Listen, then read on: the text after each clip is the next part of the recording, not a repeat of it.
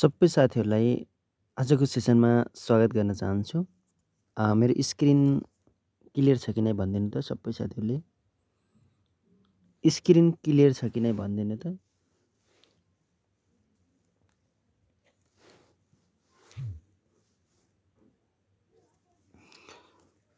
सबै साथीहरू आजको सेसनमा रेडी हुनुहुन्छ कि नै? यो सबै तपाईँहरूले पढिसकेको कुरा र जानिसकेको कुराहरू पढ्न गइरहेका छौँ। यो खासै इम्पोर्टेन्ट भन्दा पनि इम्पोर्टेन्ट त भयो ताकि अलिकति सहज छ कि एकदम सजिलो कुरा छन्। हिजो हामीले चाहिँ सुरुमा के पढ्यौँ भन्दा तपाईँको परीक्षण, मापन, आकलन र मूल्याङ्कन पढेका थियौँ। मेन यो के हो त खास भनेको सुरुमा परीक्षण। परीक्षण भनेको प्रश्नपत्रहरूको सङ्गालो हो, प्रश्नपत्रहरूको सञ्जाल हो। मापन भनेको त्यो प्रश्नपत्रबाट परीक्षण गरिसकेका, यो भनेको मापनमा परीक्षणमा डिपेन्ड हुने भयो है। मापन परीक्षणबाट परीक्षण भइसकेका कपीहरूलाई चाहिँ निश्चित सङ्ख्यात्मक रूपमा चाहिँ अङ्क प्रदान गर्नु हो, यो मापन हो। अङ्क 55 दिएका थियो भनेर। आकलन भनेको कस्तो भने पूर्व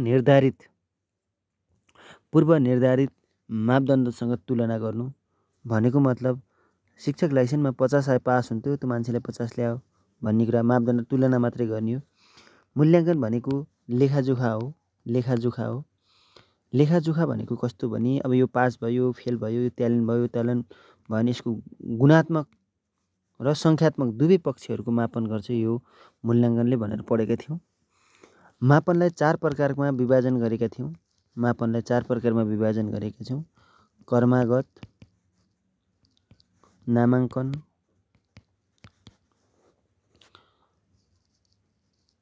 अनुपात, अर्को के हो रे? श्रेणीक्रम हो। नामाङ्करण भनेको श्रेणीकरण हो किन? नामाङ्करण भनेको नामबाट हामीले चाहिँ कुनै पनि वस्तुलाई चाहिँ मापन गर्न सकिन्छ भने त्यसलाई मापनको रूपमा लिन सकिन्छ। नामाङ्करण भनेको नामबाट चिन्ने। त्यसपछि तपाईँको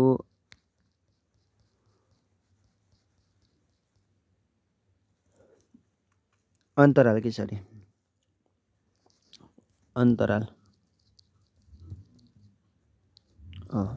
नामबाट चिन्यो भने नामाङ्करण भयो। जस्तै रामश्याम भनेर नामबाटै चिनिन्छ भने कर्मागत, अन्तराल, अनुपात भनेको छ। कर्मागत भनेको फर्स्ट सेकेन्ड भनेर सिकेका थियौँ। अन्तराल भनेको नि यहाँ छ नि, यसरी भनेको थियौँ। अनुपात भन्यो भने तपाईँको स्केल छ। स्केल भनेको 0बाट 6 सुरु गरेर यतिसम्म तुलना गर्ने भनेर सिकेका थियौँ है। आकलन भनेको पूर्व निर्धारित मापदण्डसँग चाहिँ तुलना गर्नुलाई भन्ने बुझिन्छ। अर्को हो 3 प्रकारको मूल्याङ्कन पढेका छौँ। 4 प्रकारको मूल्याङ्कन र 2 प्रकारको मूल्याङ्कन। दुईटा मनोवैज्ञानिकहरूले चाहिँ तपाईँको राखेका थिए। त्यो हामीले स्तर निर्धारण, निर्माणात्मक, निर्णयात्मक, अर्को सुधारात्मक अथवा यसलाई के भनिन्छ उपचारात्मक पनि भनिन्छ भनेर। अब स्थान निर्धारण भनेको हामीले चाहिँ भर्नाभन्दा अगाडि शैक्षिक सत्रको सुरुमा यो भएको। निर्माणात्मक भनेको शिक्षण सिकाइ क्रियाकलाप सँगसँगै उसको बालबालिकाको सिकाइमा सहजीकरण गरेर शिक्षण सिकाइ क्रियाकलापलाई सुधार गर्ने प्रक्रिया हो। निर्णय भनेको कक्षा चढाउने प्रक्रिया हो र सुधारात्मक भनेको तिनीहरूको वास्तविक अवस्थासँग मूल्याङ्कन गरेर वास्तविक अवस्थासँग परिचित भएर उनीहरूको वास्तविक अवस्थालाई बुझेर छुट्टै तरिकाले परामर्श दिइन्छ भने त्यहाँ परामर्श दिने, शिक्षण गरिन्छ, सुधार गरिन्छ, मूल्याङ्कन गरिन्छ भने त्यसलाई चाहिँ सुधारात्मक भनिन्छ। यसरी पढेका थियौँ। आज हामीले पढ्न गएको शिक्षक निर्मित र स्तरीकृत परीक्षा, जस्तो कि शिक्षक निर्मित भनेको पनि हामीले विद्यालयमा गरिने परीक्षाहरूलाई लिन सकिन्छ भने स्तरीकृत परीक्षा भनेको अथवा प्रमाणित परीक्षा पनि भन्न सक्छ। यो भनेको तपाईँहरूले लाइसेन्स दिँदै हुनुहुन्छ नि, हो लाइसेन्स दिँदै हुनुहुन्छ भने त्यो लाइसेन्स दिने परीक्षा कसले काट्छ भन्दा विशेषज्ञले काट्छ हैन, शिक्षाविदहरूले काट्छन् हैन। त्यो भनेको के हो, एउटा वैधता प्राप्त गरेको विश्वसनीयता भएको प्रश्नपत्र हुन्छन् यसमा भन्ने कुरा हामीले आज पढ्न गइरहेका छौँ। शिक्षक निर्मित र शिक्षक गैर प्रमाणित र स्तर निर्धारण नभएको परीक्षा, कक्षा कोठाको परीक्षण स्तरीकृत परीक्षा, यसलाई हामीले पछि पढ्छौँ। अब हामीले चाहिँ स्तरीकृत परीक्षा भनेको के हो, स्तरयुक्त एउटा लेभलमा पुगेको है। परीक्षा सञ्चालन प्रक्रिया र उत्तर पुस्तिका परीक्षण गर्ने विधि पूर्व घोषित र एकै प्रकारको हुने परीक्षा भनेको छ। ल यसलाई चाहिँ अलिकति ख्याल गर्नु होला। सबैजना रेडी हुनुहुन्छ नि है, सबैजना रेडी हुनुहुन्छ भने रेडी भनेर लेख्नुहोस्। सबैजनाले बुझेर पढ्छौँ, ढिलो पढ्छौँ।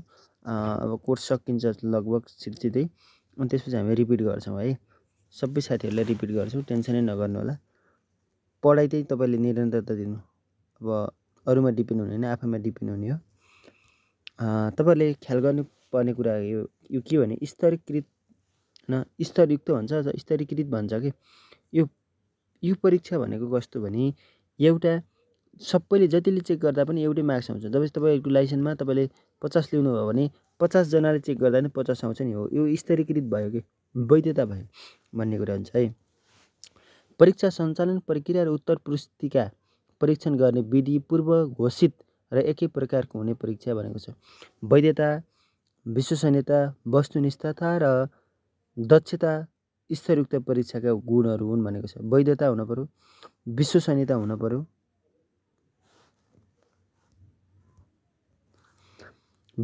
हुन पर्यो, वस्तुनिष्ठता र दक्षता स्तरयुक्त परीक्षाका गुणहरू हुन् भनेको छ।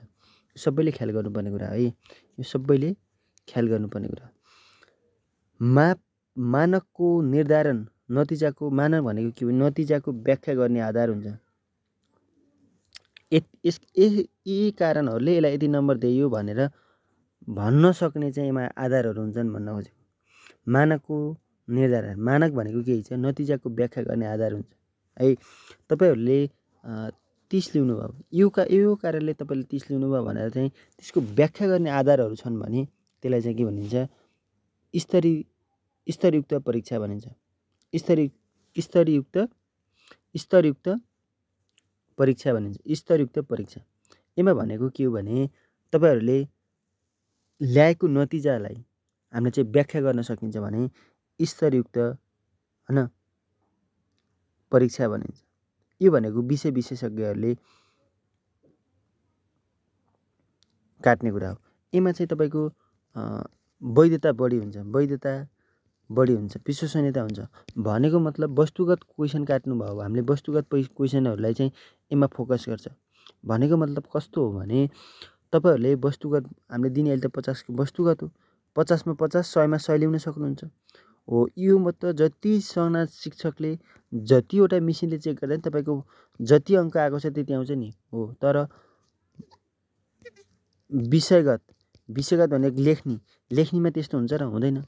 त्यही भएर यसलाई चाहिँ के गर्न सकिन्छ भन्दा वस्तुगत प्रश्नको उदाहरण दिन सकिन्छ है। नतिजा तुलना गर्न सकिने र सामान्यीकरण गर्न सकिने।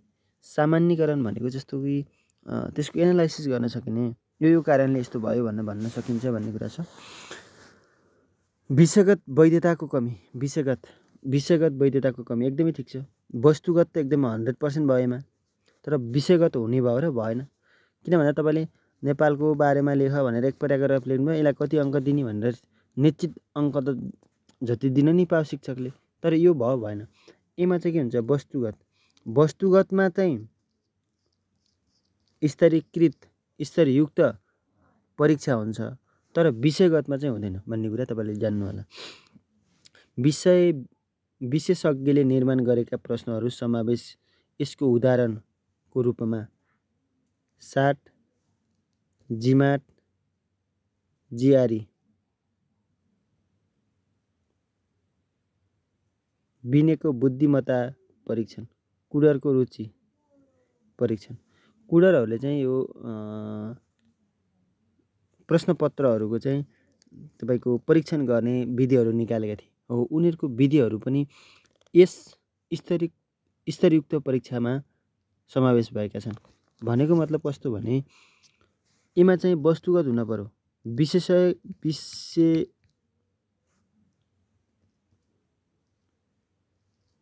विशेषज्ञले निर्माण गरेको हुनुपर्छ है। विशेषज्ञले निर्माण गरेको हुन्छ। वैधता हुन्छ,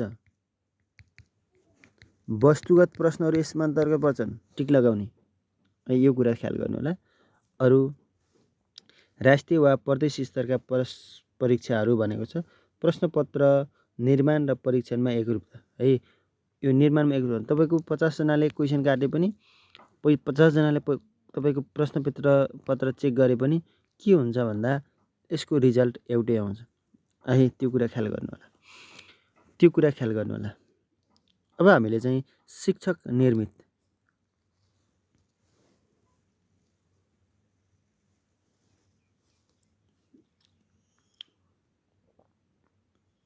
तपाईहरुलाई कोही बेला झुक्काउन सक्छ।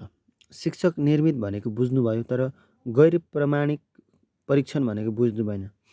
गैर प्रमाणिक परीक्षण भनेको बुझ्नु भएन भने यो गैर भन्दा बित्तिकै शिक्षक निर्मित हो है। प्रमाणिक भन्दा बित्तिकै स्तरयुक्त परीक्षा हो भनेर बुझ्नु होला है। यो भनेको शिक्षकले निर्माण गरेको कक्षा कोठामा है। कुनै पाठ वा विषयवस्तुको शिक्षणपछि अपेक्षित उपलब्धि मापन गर्न शिक्षकद्वारा सञ्चालन, परीक्षण, अङ्कन र व्याख्या गरिने परीक्षालाई शिक्षक निर्मित परीक्षा भनिन्छ। भनेको मतलब तपाईँ आफै प्रश्न, तपाईँ धेरै शिक्षक हुनुहुन्छ होला, धेरैजनाले चाहिँ के गर्नुभयो, प्रश्नपत्र काट्नुभयो। प्रश्नपत्र काटिसकेपछि तपाईहरुले के गर्नुभयो भन्दा तपाईहरुले त्यसलाई चाहिँ के गर्नुभयो, प्रश्नपत्र काटिसकेपछि तपाईले त्यसलाई अङ्क दिनुभयो, नम्बर जाँच्नुभयो हैन, त्यसलाई व्याख्या गर्नुभयो, मूल्याङ्कन गर्नुभयो। त्यो चाहिँ शिक्षक निर्मित चाहिँ परीक्षा अन्तर्गत अथवा परीक्षण अन्तर्गत पर्दछ। यसलाई कक्षा कोठाको परीक्षण पनि भनिने। यसलाई चाहिँ कक्षा कोठाको परीक्षण पनि भनिने।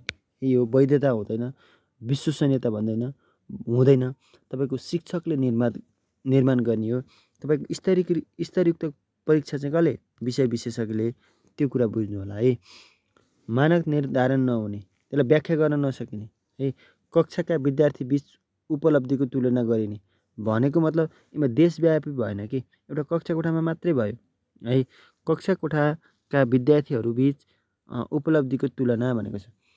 मानक निर्धारण नहुने, मानक निर्धारण भनेको त्यसको व्याख्या गर्न नसकिने भनेको है। यसलाई यति नम्बर यस कारणले दिएको भनेर एकुरेट सही एन्सर चाहिँ भन्न नसकिने भन्ने कुरा छ। तुलनात्मक रूपमा विश्वसनीयता कम भए पनि विषयगत वैधता उच्च हुन्छ भनेको छ। यसमा विषयगत वैधता उच्च हुन्छ भनेको मतलब कस्तो भने यसमा लेख्ने कुराहरूलाई बढी मान्यता दिएको छ।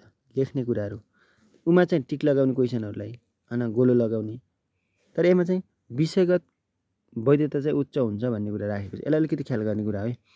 किनभने हामी झुक्किने कुराहरूलाई अलिक बढी फोकस गर्नुपर्छ कि साथीहरू। विद्यार्थीको योग्यता, रुचि, आवश्यकता पत्ता लगाउन पर्यो। यो त कुरा भइहाल्यो। बिना योजना, छोटो र अदक्ष परीक्षणको प्रयोग। दक्ष पनि हुन्न, छिटो गर्न पाइयो हैन, उत्तिखेर प्रश्न निर्माण गर्न पर्यो सरले भने गरिदिइहाल्छ, के बिग्रिन्छ है। विद्यार्थीको योग्यता, रुचि र आवश्यकता पत्ता लगाउन प्रयोग भनेको छ। विद्यार्थीको योग्यता, रुचि र आवश्यकता पत्ता लगाउन प्रयोग गरिन्छ भनेको छ। यहाँ चाहिँ बिना योजना बनाइन्न, योजना बनाउने कुरा भएन। छोटो हुन्छ, अदक्ष हुन्छ हैन, अनि अदक्ष परीक्षाको चाहिँ प्रयोग हुन्छ भनेको छ है।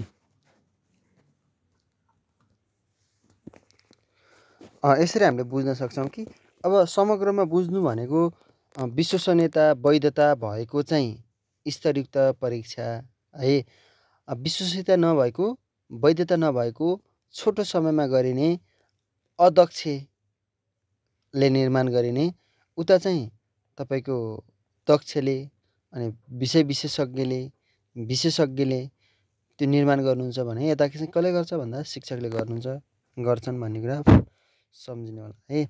अब विशिष्टीकरण तालिका, यो विशिष्टीकरण तालिका भनेको के हो भने तपाईँलाई मैले एउटा फोटो देखाउँछु। यो विशिष्टीकरण तालिका भनेको यो तालिका हो। जस्तो कि तपाईँहरूलाई यो च्याप्टरबाट यति प्रश्नहरू आउँछ, यो ज्ञान तहको यति प्रश्न, सिप तहको यति प्रश्न, उच्च दक्षताको यति प्रश्न भनेर सोध्छ नि, यो भने यसलाई के भनिन्छ विशिष्टीकरण तालिका। यहाँ पनि लेख्न सक्नुहुन्छ, त्यो विशिष्टीकरण तालिका भनेको छ। यसलाई चाहिँ विशिष्टीकरण तालिका भन्छ है। यसलाई के भन्छ विशिष्टीकरण तालिका भन्छ है। यसलाई विशिष्टीकरण तालिका भन्छ। यो विशिष्टीकरण तालिका भनेको यो च्याप्टर जस्तै शिक्षकको पेसागत दक्षता र विकासबाट कति प्रश्न सोध्न सकिन्छ भन्दा 1 2 3 कतिवटा प्रश्न 3वटा प्रश्न यसरी सोध्न सकिन्छ। सबैभन्दा ख्याल गर्नु तपाईँले यसलाई इम्पोर्टेन्ट छ, नेपालको राष्ट्रिय शिक्षा प्रणाली यसलाई अलिकति इम्पोर्टेन्ट छ, त्यसलाई ख्याल गर्नु होला। अर्को छ तपाईँको ख्याल गर्नुपर्ने कुरा भनेको यो शिक्षण सिकाइमा, यो पछि हामीले यो च्याप्टर पछि पढ्छौँ। शिक्षण सिकाइमा अनुसन्धान र प्रयोग भनेको छ, यो 4 नम्बरको, यसलाई ख्याल गर्ने। अनि सबैभन्दा बढी ख्याल गर्नुपर्ने पाठ्यक्रम भनेको 5 नम्बरको प्रश्नहरू सोध्छ। यसलाई अलि बढी तपाईँले पढ्नुपर्ने हुन्छ। अनि गुणस्तरीय शिक्षा यसलाई चाहिँ बढी पढ्नुपर्ने हुन्छ, किनभने हामीले यो च्याप्टर हेरेर कुन च्याप्टरमा कति प्रश्न सोध्छ भन्छ नि, यसलाई चाहिँ विशिष्टीकरण तालिका भनिन्छ है। विशिष्टीकरण तालिका भनिन्छ। यसलाई चाहिँ के भनिन्छ विशिष्टीकरण तालिका भनिन्छ। अब छ हामीले हेर्न अवधारणा। यसको अवधारणा कहाँबाट आयो, कसरी भयो भन्ने कुरा छ। प्रश्नपत्र निर्माणको योजना हो। हामीले त्यो प्रश्नपत्र निर्माण गर्नको लागि निश्चित मापदण्डहरू छन्, निश्चित आधारहरू छन्। त्यो आधारहरूमा चाहिँ हामीले टेकेर हामीले चाहिँ त्यसको प्रश्नपत्रहरू निर्माण गर्छौँ नि, त्यसलाई चाहिँ विशिष्टीकरण तालिका भनिन्छ। मैले अगाडि देखाएको त्यो चित्र विशिष्टीकरण तालिकाको उदाहरण हो। पाठ्यक्रममा सबै पाठ उद्देश्य समेट्ने गरी प्रश्न निर्माण गर्न बनाइने योजना अथवा तालिकालाई के भनिन्छ विशिष्टीकरण तालिका भनिन्छ। हो, हामीले अगाडि देखेको के थियो भने सबै च्याप्टरबाट यतिवटा प्रश्न सोध्नुपर्छ है भनेर चाहिँ उसले मापदण्ड राखेको थियो नि। हो, त्यसको कारणले चाहिँ हामीले के गर्छौँ भन्दा सिक्छौँ।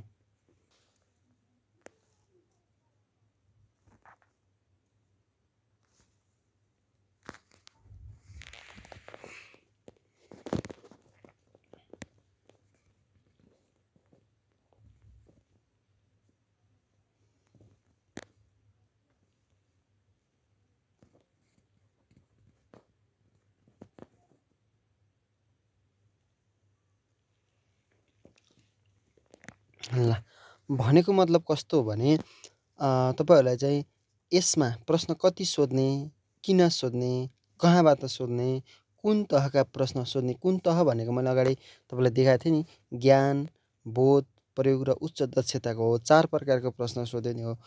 कस्तो कुन तहको प्रश्न सोध्ने। ज्ञान भनौँ भने तपाईँको साधारण कुरा है, जस्तै प्रत्यक्षीकरण सिकाइ सिद्धान्त कुन सिकाइ सिद्धान्त अन्तर्गत पर्दछ भनौँ भने अन्तर्दृष्टि भनेर हामीले भन्छौँ, ठ्याक्क त्यो मिल्यो, त्यसलाई के भन्छ ज्ञान तह। बोध तह भनेको जस्तै तपाईँलाई अलिकति बुझ्ने खालको कि, जस्तै अस्वाभाविक उत्तेजनाले स्वाभाविक उत्तेजनाले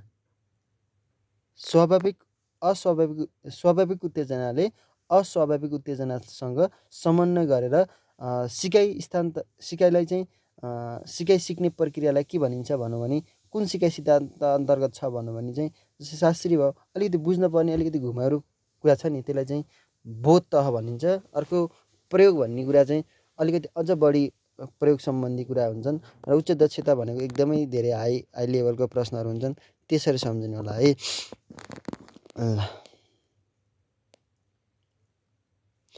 उक्त तालिकामा पाठ्यक्रमका उद्देश्यहरू, विषयवस्तुहरू, अङ्कभार, समय आदिलाई ख्याल गरी कुन एकाइबाट कस्ता र कतिवटा प्रश्नहरू सोध्ने, कुन प्रश्न कति अङ्कको राख्ने, कुन प्रश्नलाई कति समय दिने, प्रश्नका ज्ञान, सिप र उच्च दक्षता हामीले અહીં कुरा गरिसकेका छौँ। कुन प्रश्नबाट मूल्याङ्कन गर्ने जस्ता कुराहरू समावेश गरेको हुन्छ भनेको छ। विशिष्टीकरण तालिकाले विषयवस्तुगत वैधता निर्धारण गर्न निर्देशित गर्दछ। परीक्षाको स्तरीकरण, एकरूपता र वैधताका लागि विशिष्टीकरण तालिकाले महत्त्वपूर्ण भूमिका खेलेको हुन्छ भनेको छ। वैधता हुनको लागि चाहिँ होइन यो च्याप्टरबाट एउटै च्याप्टरबाट मात्रै 50वटा क्वेसन काटेर त भएन नि भन्ने कुरा छ। ल विशिष्टीकरण तालिकाको प्रयोगबाट हुने सहयोग के गर्छ त विशिष्टीकरण तालिकाले भन्दा उपयुक्त प्रश्नपत्रको निर्माण गर्छ, सबैलाई थाहा छ। उपयुक्त प्रश्नपत्रको निर्माण गर्छ, यो सबैलाई थाहा छ। विषयगत वैधता सुनिश्चित गर्छ, यो पनि सबैलाई थाहा छ। समय, पूर्णाङ्क र तथा प्रश्न सङ्ख्याहरू चाहिँ यकिन गर्छ भनेको छ। प्रश्न सङ्ख्या चाहिँ यो च्याप्टरबाट यति काट्ने भनेर पहिले निर्धारण गरिदिएको हुन्छ कि यो कुरा छ। कुन विधा वा क्षेत्रबाट कस्ता र कति प्रश्नहरू निर्माण गर्ने भन्ने कुरा निर्देशन गर्छ। भनेको मतलब कस्तो भने ज्ञान तहबाट कति प्रश्न सोध्ने, बोध तहबाट कति प्रश्न सोध्ने, ज्ञान, बोध, प्रयोग, विश्लेषण हुन्छ नि, योबाट चाहिँ कति सोध्ने, उच्च दक्षताबाट कति सोध्ने भन्ने कुरा राखेको हुन्छ है। सबै साथीहरूले भिडियोको क्वालिटी बढाउनुहोस्। सबै साथीहरूले चाहिँ भिडियोलाई लाइक पनि गरिदिनुहोस् है। र तपाईँको साउन्ड सानो आएको छ भने ठुलो बनाउनुहोस् भोल्युम, बुझिन्छ। यदि ठुलो भएन भने इयरफोन लगाउनु होला, बुझिन्छ है। सबै सिप र दक्षता समेट्ने गरी प्रश्नपत्र निर्माण गरिन्छ। ज्ञान, सिप, प्रयोग, ज्ञान, बोध, सिप होइन, सिप र प्रयोग एकै ठाउँ भयो। अनि उच्च दक्षता, यी चार तहका चाहिँ प्रश्नहरू सोध्नु पर्यो भन्ने कुरा यीमा राखिएको छ। प्रश्नपत्र निर्माणकर्ता र शिक्षकलाई पथ प्रदर्शन, एकदमै सही कुरा हो। भनेको मतलब यो विशेषज्ञले बनायो भने यो चाहिँ निर्माणकर्ता र शिक्षकलाई चाहिँ बाटो देखाइदिन्छ कि सजिलो भयो। यो च्याप्टरबाट यति काट्ने भने शिक्षकलाई सजिलो भयो है। प्रश्नपत्रलाई वैज्ञानिक र व्यवस्थित बनाई एकरूपता ल्याउनु, एकदमै प्रश्नपत्रलाई वैज्ञानिक भनेको यो च्याप्टरबाट यति काट्यो, यति नम्बरको, त्यसले मार्क्स दिन पनि एकदम सजिलो भयो नि त भन्ने कुरा हो। शैक्षणिक योजना निर्माणमा मूल्याङ्कनका प्रश्न तय गर्न भनेको छ। विद्यार्थीको सिकाइमा अभिवृद्धि गर्न भनेको छ। सम्झिने कुरा खासै छैनन् है। अब हामीले चाहिँ अक्षराङ्क पद्धति है, नेपालमा लेटर ग्रेडिङ कहिले आयो है। तपाईँको 71मा चाहिँ प्राविधिक धारतर्फ आएको थियो, 72मा चाहिँ साधारण प्राविधिक धार तह भनेको चाहिँ TSLC हुन्छन्, तिनीहरूको सामान्य अथवा साधारण विद्यालय भनौँ भने, साधारण तह भनौँ भने चाहिँ हामीहरूले पढेकोलाई बुझ्न सकिन्छ। लेटर ग्रेडिङ सिस्टम भनेको LGS भन्छ, लेटर ग्रेडिङ सिस्टम LGS, त्यसलाई सम्झिन पर्ने हुन्छ। विद्यालय शिक्षामा लेटर ग्रेडिङको पद्धति, अवधारणा, अभ्यास, समस्या र प्रभावकारिताका उपायहरू भनेर सम्झिनु पर्ने हुन्छ। अब यसमा चाहिँ कसरी सम्झिने भन्ने कुरा छ। यो लेटर ग्रेडिङको लागि चाहिँ मैले एउटा यसको विकास कहिले भयो भन्ने कुरा म तपाईँलाई थोरै कुराहरू राख्न गइरहेको छु। राष्ट्रिय पाठ्यक्रम विकास तथा मूल्याङ्कन परिषदले चाहिँ मिति 71/8/24 गतिको निर्णय गरेको थियो। यो प्राविधिक धारको एसएलसीमा 71 सालदेखि नै अक्षराङ्क लागू भएको थियो, यो सम्झिनु होला है। प्राविधिक धारतर्फ चाहिँ 71 सालदेखि चाहिँ एसएलसीमा होइन अक्षराङ्क पद्धति चाहिँ लागू भएको थियो भने 72 सालमा चाहिँ साधारणतर्फ हामीहरूले चाहिँ 72 हाम्रो विद्यालयमा चाहिँ 72बाट लाग्यो। साधारण यो प्राविधिक भनौँ भने त तपाईँलाई थाहा छ TSLCहरू हुन्छ नि, तिनीहरूलाई सुरुमा ख्याल गर्नुपर्ने कुरा हुन्छ। यो त सुरुमा चाहिँ कति प्राविधिक तर्फमा चाहिँ कतिवटा अक्षराङ्क ग्रेडहरू थिए भनेर सोध्न सक्छ। 6वटा ग्रेडमा ग्रेड गर्ने।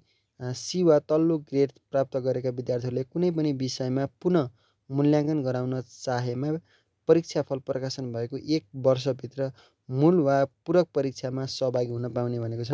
ल यो ख्याल गर्नुपर्ने कुरा यो त्यो माथिको भन्दा पनि विक्रमसम्म 2071 को एसएलसी परीक्षामा प्राविधिक धारतर्फ दिए अनुसार अक्षराङ्क प्रणाली ग्रेड लागू गरेको थियो भनेको छ है।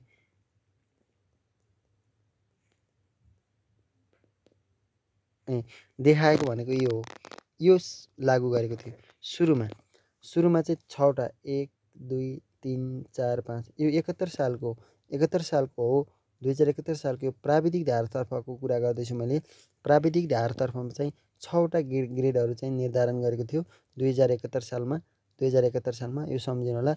A+ थियो, अरू सबै थिए। हेर्नु A plus A B C D E A plus र एबी भयो अरू सबै बीसीडी भयो है यति सम्झिने ए प्लस र ए अरू सबै बीसीडीई एबिसिडीको पढे जस्तो हुन्छ है अरू चाहिँ सबै एउटा उयो हो ओई भेगो पिभी भनेर सम्झिनु होला ओई भेगो भने कसरी सम्झिने भन्दा ओई भेगो भनेर सम्झिनु जस्तो ओ ई अनि भे भनेको दुईटा अक्षर पढ्ने भेगो ओई भेगो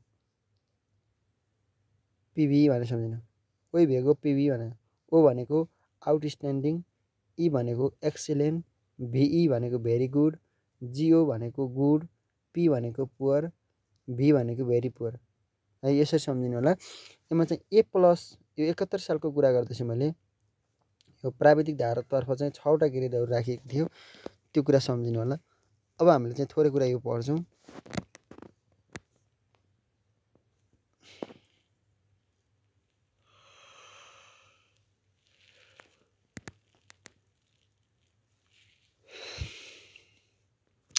लेटर ग्रेडिङ सिस्टमको अवधारणा निश्चित मानक भनेको व्याख्या गर्न सक्ने खालको भने हामीले पढिसकेका थियौँ होइन आधारमा अङ्कन गर्ने वा स्तर छुट्याउने प्रक्रियालाई पूर्व निर्धारित मानकका आधारमा मानक भनेको त्यो एबिसिडी राखेको थियौँ नि हो है त्यो आधारमा विद्यार्थीहरूको तह वा श्रेणी छुट्याउने प्रक्रिया ग्रेडिङ हो भनेको छ यसमा अङ्क वा प्रतिशतलाई भन्दा स्तरलाई आधार मानि निश्चित मानकका आधारमा ग्रेडिङ गरिन्छ भनेको छ है यो भनेको चाहिँ तपाईँले 55 ल्याउनु भयो अर्कोले 50 ल्यायो तपाईँहरू 55 र उसको ग्रेड सेम हुने भयो स्तर सेम हुने भयो भन्ने कुरा छ ल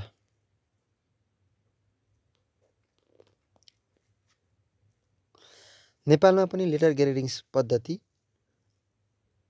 प्रयोग गरिनुपर्ने सिफारिस उच्च स्तरीय कसले गरेको भनेर सोध्न सक्छ उच्च स्तरीय राष्ट्रिय शिक्षा आयोगको प्रतिवेदन 2055 ले गरेको थियो है उच्च स्तरीय राष्ट्रिय शिक्षा आयोगको प्रतिवेदन 2055 ले गरेको थियो नेपालमा लेटर ग्रेडिङ सिस्टमको प्रयोग गर्नुपर्छ भन्ने हैन सिफारिस गर्नेको हो भन्दा सिफारिस उच्च भन्ने सम्झिनु उच्च राष्ट्रिय शिक्षा आयोगको प्रतिवेदन 2055 ले गरेको थियो एसएलसी अध्ययन प्रतिवेदन 2005 ले चाहिँ उल्लेख गरेको छ भनेर सम्झिनु होला मेन कुरा चाहिँ यसलाई सम्झिनु 2055 सम्झिनु होला है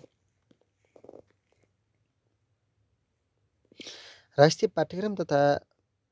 पाठ्यक्रम विकास तथा मूल्याङ्कन परिषद 2071 3 महिना 30 गतेको बैठकले लेटर ग्रेडिङ सम्बन्धमा सैद्धान्तिक निर्णय चाहिँ ल्याइसकेको थियो है यो निर्णय चाहिँ ल्याइसकेपछि ल हुन्छ लागू गरौँ भन्ने कुरा राखेको थियो राष्ट्रिय पाठ्यक्रम विकास तथा मूल्याङ्कन परिषदले है यो भनेको नेपालले चाहिँ अरू देशमा धेरै ठाउँमा भइसकेको थियो त्यही भएर उसको फलो गरेको कि है कसले सिफारिस गर्यो भन्दा 55 ले सिफारिस गर्यो 2071 सालमा 6 प्रकारका ग्रेडहरू थिए त्यो 6 प्रकारका A plus A B C D E थिए अब चाहिँ यसलाई चाहिँ सम्झिने भने ओइ भेगो सम्झिने ओ भनेको आउटस्ट्यान्डिङ ई भनेको एक्सिलेन्ट ओइ भे ई भनेको भेरी गुड भे जिओ भनेको भेरी गुड होइन अनि त्यसपछि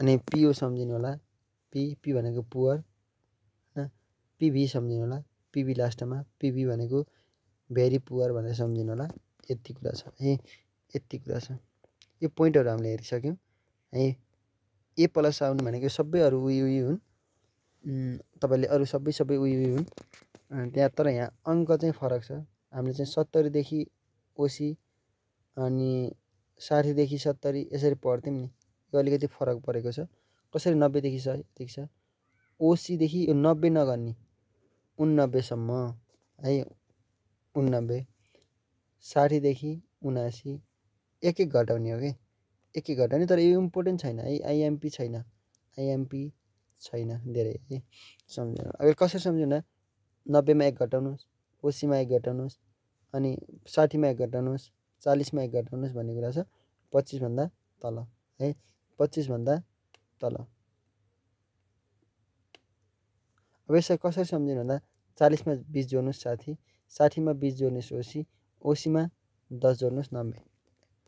यो पुरानो पद्धति हो, त्यही भएर इम्पोर्टेन्ट छैन, त्यो प्राविधिक धारतर्फ हो, त्यही भएर इम्पोर्टेन्ट छैन है।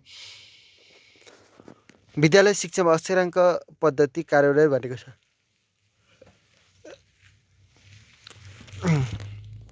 ल सुरुमा चाहिँ यो अक्षराङ्क पद्धति कहिले सुरु भयो भन्ने कुरा छ, कहिले स्वीकृति भयो भन्ने कुरा छ। 2072 8 महिना 23 गते, सम्झिनै पर्ने कुरा हुन्छ। 2072 8 महिना 23 गते हो, 8 महिना 23 गते 9वटा ग्रेडमा। अहिले कतिवटा छ? अहिले चाहिँ 8वटा ग्रेड छ, 8वटा ग्रेड छ। पहिला कतिवटा? 9वटा ग्रेड थियो है। अहिले चाहिँ नन ग्रेड राखेको छ कि, त्यो सम्झिनु होला, त्यो हामीले पछि पर्छ। अब छ विद्यालय शिक्षामा अक्षराङ्क पद्धति। विद्यालय शिक्षामा अक्षराङ्क पद्धति, विद्यालय शिक्षामा अक्षराङ्क पद्धति कार्यान्वयन कार्यविधि भनेको छ। 2072 स्वीकृति गर्ने निकाय भनेको छ। यो अक्षराङ्क पद्धति 2072 कसले स्वीकृति गरेको भन्दा 2071 3 महिना 30 गते चाहिँ बैठक बसेको थियो नि हैन, त्यसले चाहिँ स्वीकृति गर्यो कि राष्ट्रिय पाठ्यक्रम विकास तथा मूल्याङ्कन परिषदले स्वीकृति गर्यो हैन। त्यसपछि कहिले स्वीकृति भयो भन्दा 2072 8 महिना 23 गते 9वटा ग्रेडमा है। पहिला सुरुमा चाहिँ 72 भनेको साधारणतर्फ हो, यो साधारणतर्फ हो, सबैजना क्लियर हुनु होला। यो संशोधन कहिले भयो भन्दा 72 12 महिना 6 गते, 6 दुना 12, 6 दुना 12 सम्झिनु। यो संशोधन नपढ्दै हुन्छ, दोस्रो संशोधन नपढौँ, तेस्रो चौथो संशोधन, धेरै संशोधन भइसकेको छ। यो सुरुमा चाहिँ 2072 8 महिना 23 गतेको निर्णय अनुसार, यसको निर्णय अनुसार कतिवटा? 9वटा ग्रेड हो नि त है। 9वटा ग्रेड भन्ने कुरा तपाईँलाई सम्झाउनै पर्ने हुन्छ। 9वटा ग्रेड कसरी सम्झिने भनेको 90 हैन। यसलाई पहिला सुरुमा यता प्राप्त अङ्कको नतिजा हेरौँ। 90 सानो स्क्रिन देखिएको छ भने भिडियोको क्वालिटी बढाउनु होला।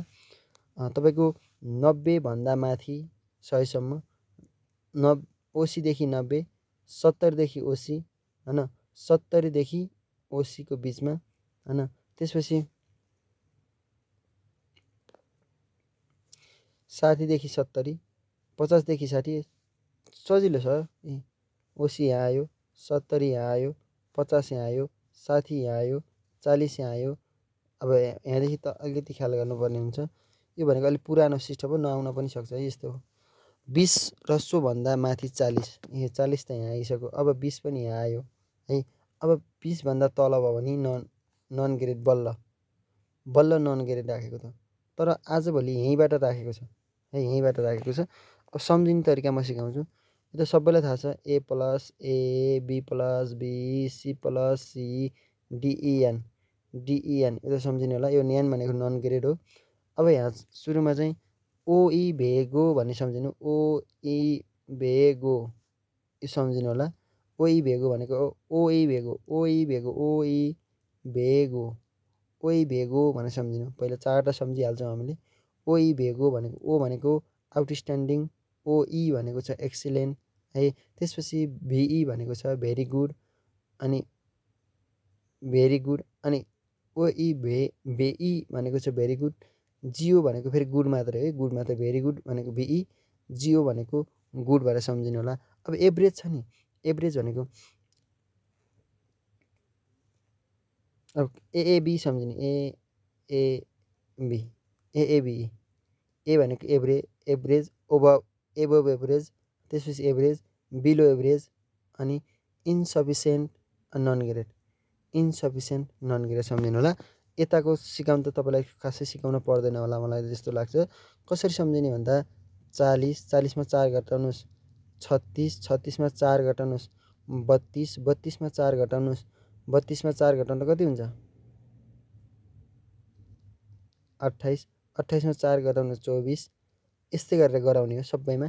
दशमलव दिने, पोइन्ट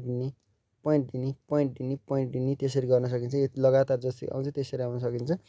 सबैमा 4 घटाउनुहोस्, जस्तै 40 मा 4 घटाउनु 36 भयो, 36 मा 4 घटाउनुहोस् 32 भयो। 32 मा 4 घटाउनुस् 28 भयो। 28 मा 4 घटाउनुस् भनेको 24 भयो है। त्यसपछि फेरि 4 घटाउनुस् भनेको फेरि 4 घटाउनु भनेको 20 भयो। फेरि 4 घटाउनु भनेको 16 भयो। त्यसपछि यहाँदेखि चाहिँ तपाईको इन्सफिसियन्टमा 0.8 भयो। त्यसपछि नन ग्रेड भयो भन्ने कुरा सम्झनु। यसमा 10/20 मा पोइन्ट दिनुभयो भने मिल्छ है। यो अलि पुरानो कुरा हो, त्यही भएर तपाईलाई नसोध्न पनि सक्छ है। ल साथीहरु, ल कस्तो छ बुझ्नुभयो कि नै भन्नु त। सबै साथीहरुले कमेन्ट गर्नु त बुझ्नु भएछ कि नै भनेर। सबै साथीहरुले बुझ्नु भएको छ कि नै कमेन्ट गर्नु त।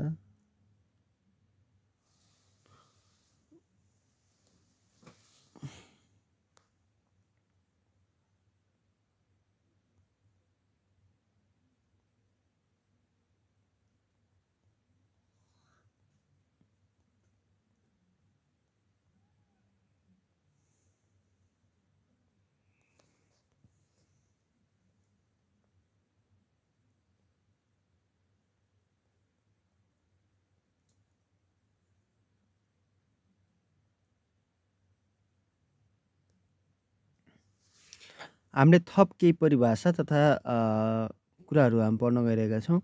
निश्चित मानकका आधारमा अक्षरहरू, मानक भनेको त्यो पूर्व निर्धारित मापदण्डसँग के है व्याख्या गर्न सक्ने भन्न खोजेको। अङ्कन गर्ने वा स्तर छुट्याउने प्रक्रिया भनेको छ पूर्व निर्धारित मानकका आधारमा विद्यार्थीहरूको तह वा श्रेणी छुट्याउने प्रक्रिया ग्रेडिङ भनेको छ। लेटर ग्रेडिङ भनेको छ। लेटर ग्रेडिङ भन्नाले तोकिएको सक्षमताको मूल्याङ्कन पश्चात विद्यार्थीले हासिल गर्ने सिकाइ स्तरलाई अक्षरमा गरिने प्रस्तुति सम्झिनुपर्छ भनेको छ। यो खासै तपाईहरुले बुझिसकेको कुरा हो, त्यही भएर अलिकति इन्ट्रेस्टिङ लागेको छैन मलाई। अङ्क वा प्रतिशतलाई भन्दा स्तरलाई ABCD भनेको स्तर हो नि त हैन, त्योमा छुट्याउने भन्ने कुरा छ। ल लेटर ग्रेडिङ प्रणालीको सर्वप्रथम प्रयोग गर्ने काम मनोवैज्ञानिकका प्रोफेसर मार्क डब्लु ड्रमले गरेका हुन् भन्ने छ। सम्झिनु पर्यो। सुरुमा यो लेटर ग्रेडिङको प्रयोग कसले गरेको भन्ने सोध्छ। कसले भन्ने? मार्क भनेको मार्क लगाइन्छ नि त, मार्क सम्झिने। लेटर ग्रेडिङमा मार्क लगाइन्छ भन्ने सम्झिने, मार्क डब्लु ड्रम है। लेटर ग्रेडिङमा सर्वप्रथम चाहिँ प्रयोग गर्ने मनोविज्ञानका प्रोफेसर को हुन्? Mark W drum. Mark W drum, म फेरि भनिदिन्छु, मार्क डब्लु ड्रम भनेर सम्झिनु होला है। लेटर ग्रेडिङ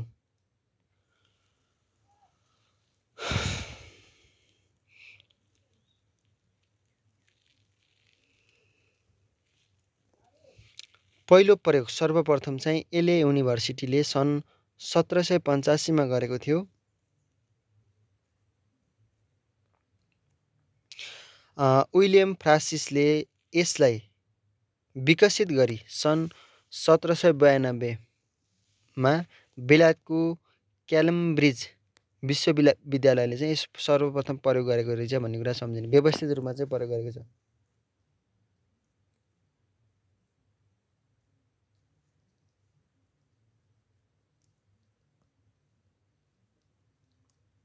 क्याम्ब्रिज विश्वविद्यालयले, आउन त आउन्न, त्यही पनि सम्झिनु। क्याम्ब्रिज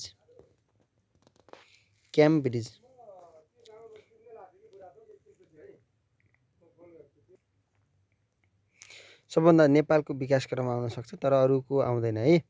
सिफारिस वा सुझाव कसले सुझाव गर्यो भने उच्च स्तरीय भन्ने कुरा थियो, हामीले 55 ले गरेको थियो, त्यो हामीले हेरिसकेका थियौँ। त्यसपछि SLC अध्ययन प्रतिवेदन 2062 सैद्धान्तिक निर्णय चाहिँ कहिले गर्यो भन्दा हामीले अहिले पढिसकेका थियौँ। राष्ट्रिय पाठ्यक्रम विकास तथा मूल्याङ्कन परिषदको मिति 2071 3 महिना 30 गते चाहिँ गरिसकेको थियो। यो कुरा ख्याल गरिसकेका छौँ। लागू वा कार्यान्वयन गर्ने निर्णय भनेको छ सुरुमा चाहिँ राष्ट्रिय पाठ्यक्रम विकास तथा मूल्याङ्कन परिषदले चाहिँ 71 8 महिना 24 गतेको बैठकले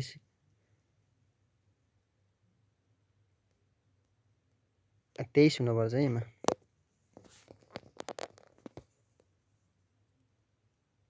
71 8 महिना 24 ठिक छ। चाहिँ 72 8 महिना 23 गते चाहिँ अक्षराङ्क पद्धति सम्बन्धी कार्यविधि चाहिँ स्वीकृत गरेको 9 ग्रेडमा। यो चाहिँ एसएलसीमा चाहिँ प्राविधिक एसएलसीमा चाहिँ 6 ग्रेडमा हामीले पढिसकेका थियौँ है, सम्झिनु होला।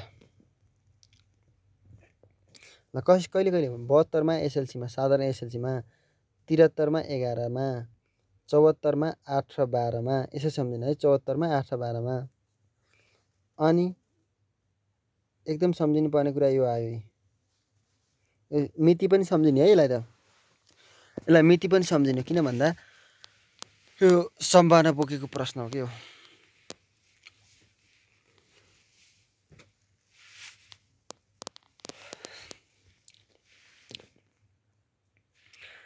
अ 2078 9 महिना 7 गते लेटर ग्रेडिङ निर्देशिका स्वीकृति भएको छ 8वटा ग्रेडमा। अहिले चाहिँ नन ग्रेड राखेको छ। 35 भन्दा तल ल्याउने मान्छेले सर्टिफिकेट पाउँदैन भन्ने कुरा मात्रै हो। यसलाई बुझ्नुपर्ने कुरा त्यही हो। कसरी सम्झिने?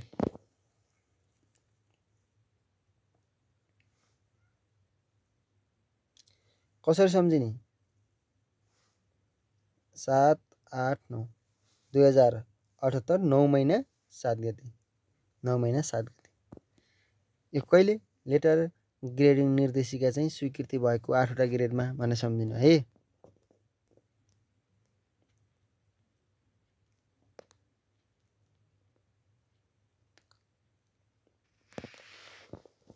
यो त हामीले पढिसकेका हो। 71मा चाहिँ प्राविधिकतर्फ लागू भयो। 72 सालमा चाहिँ साधारणतर्फ होइन 9वटा ग्रेडिङ राखेको थियो। 6वटा ग्रेड चाहिँ तपाईँको प्राविधिकतर्फमा थियो। त्यो कुरा बुझिसकेका छौँ है। यो हामीले पढिसकेको कुरा हो। यो 6वटा ग्रेडिङमा राखिसकेको कुराहरू पढिसकेका छौँ। अब हामीले चाहिँ यो पढ्छौँ। यो पनि हामीले पढिसकेका हो। संशोधन कुरा यो पनि पढिसकेका हो। नन ग्रेड भन्ने कुरा छ। यसलाई अलिकति हेरौँ है त। कार्यविधि 2072 को पहिलो संशोधन भनेको छ। पहिलो संशोधनले के गर्यो भन्दा 20 र सोभन्दा माथि 40 भन्दा कमलाई डी ग्रेड बनाइएकोमा यसलाई फुटाएर 20 र सोभन्दा माथि 30 भन्दा कमलाई डी र 30 र सोभन्दा माथि 40 भन्दा कमलाई चाहिँ 30 भन्दा माथि 40 भन्दा कमलाई चाहिँ डी प्लस राखिएको थियो कि यति कुरा छ। 20 देखि 40 थियो नि, त्यसलाई चाहिँ फुटाएर के गर्यो भन्दा 20 र सोभन्दा माथि 40 भन्दा कम, 20 देखि 40 भन्दा 20 देखि माथि 40 भन्दा कमलाई कम डी ग्रेड राखेको थियो। यसलाई चाहिँ फुटाएर के भन्नु 20 र 30 राख्यो कि 20 र सोभन्दा माथि 30लाई डी ग्रेड छुट्यायो र 30 र सोभन्दा माथिलाई डी प्लस, 30 देखि 40लाई चाहिँ डी प्लस गरायो, 20 देखि 30लाई चाहिँ डी गरायो, 30 देखि 40लाई चाहिँ डी प्लस गरायो भन्ने कुरा मात्रै हो। फेरि भनिदिन्छु, 20 देखि 30लाई डी गरायो, 30 देखि 40लाई डी प्लस गरायो भन्ने कुरा सम्झिनु होला। अर्को छ शून्य दिएको थियो नि, त्यसलाई चाहिँ नन ग्रेड एन ग्रेड हटाइ 0 देखि 20 सम्म अङ्कलाई चाहिँ ई ग्रेड दिने व्यवस्था गरेको थियो। ई दिने व्यवस्था गर्यो के। सुरुमा नन ग्रेड राखेको थियो, त्यसलाई हटाइयो। अहिले फेरि नन ग्रेड आएको छ 35 भन्दा कम ल्याउनेलाई है। 0 दिएको एन ग्रेड हटाइ 0 देखि 20 भन्दा कमलाई चाहिँ 0 देखि 20 सम्मकोलाई चाहिँ के भन्छ ई ग्रेड दिने व्यवस्था गरेको छ भन्ने कुरा तपाईँले सम्झिनु होला। ल अरू सबै त्यही हो, अरू सबै त्यही हो। यो परिवर्तन भएको यहाँ क्लियर छ। परिवर्तन भएको त्यही हो। 30 देखि 40लाई चाहिँ पहिला के बनिन्थ्यो 20 देखि 40 थियो है, त्यसलाई चाहिँ डी प्लस गराइयो। 20 देखि 30लाई चाहिँ डी गराइयो, 20 भन्दा कमलाई चाहिँ ई गराइयो भन्ने कुरा हो। अरू सबै चाहिँ नन ग्रेड हटाइयो कि। माथि हेर्नु त नन ग्रेड थियो, माथि नन ग्रेड थियो, नन ग्रेड थियो है। 20 भन्दा 1 देखि 20लाई ई दिएको थियो, तल चाहिँ नन ग्रेड थियो, त्यो नन ग्रेड हटाइयो, नन ग्रेड हटाइयो हामीले। ल यो अङ्क राख्ने चाहिँ ग्रेड पोइन्ट राख्ने चाहिँ सिस्टम सबै त्यही हो। अब ओइ भेगो भन्ने सबैलाई थाहा छ, ओइ भेगो भन्ने सबैलाई थाहा छ। अब यहाँ चाहिँ पहिला ए थियो नि, यहाँ ए हटाएर सटिस्फ्याक्टोरी राखेको छ अनि एक्सेप्टेबल राखेको छ, पार्ट पार्सियल्ली राखेको छ, पार्सियली एक्सेप्टेबल राखेको छ, इन्सफिसियन्ट राखेको छ। यो कुरा ख्याल गर्ने होला। अरू कुरा खासै मैले बुझाउन सक्दिनँ।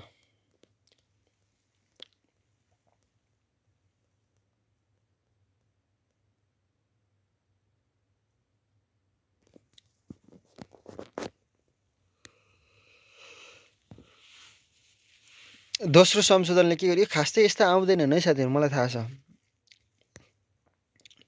यो भनेको अलिक पुरानो कुराहरू हुन् कि यिनीहरू।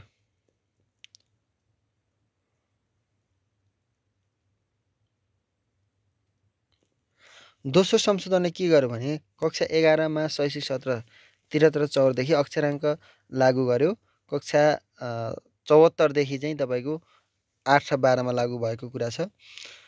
अब चाहिँ हामीले चाहिँ पढ्ने कुरा छ नि शिक्षा विज्ञान तथा प्रविधि मन्त्रालयबाट स्वीकृति लेटर ग्रेडिङ निर्देशिका। यसलाई चाहिँ सम्झिनै पर्छ है। लेटर ग्रेडिङ भन्नाले तोकिएको सक्षमताको मूल्याङ्कन पश्चात विद्यार्थीहरूले हासिल गरेको सिकाइ स्तरलाई अक्षरमा गरिने प्रस्तुति अक्षरमा गरिने प्रस्तुतिलाई के भन्छ? लेटर ग्रेडिङ भन्छ। लेटर ग्रेडिङ भनेको अक्षर हो नि त। लेटर भनेको अक्षर हो नि त। अक्षरमा गरिने प्रस्तुतिलाई चाहिँ विद्यार्थीले सिकेको हासिल गरेको अथवा सिकेको सिकाइ स्तरलाई चाहिँ अक्षरमा हामीले बदल्छौँ भने त्यसलाई चाहिँ लेटर ग्रेडिङ भन्छ। स्तरीकृत अङ्क ग्रेड पोइन्ट भन्नाले अक्षरमा गरिएको विद्यार्थी मूल्याङ्कनको स्तरीकरणलाई अङ्कमा प्रस्तुत गरिएको आनुसाङ्खिक मान सम्झनुपर्छ। भनेको मतलब जस्तै ग्रेड पोइन्ट भनेको 2 पोइन्ट कति आयो भन्छन् नि, हो त्यसलाई है 4.00।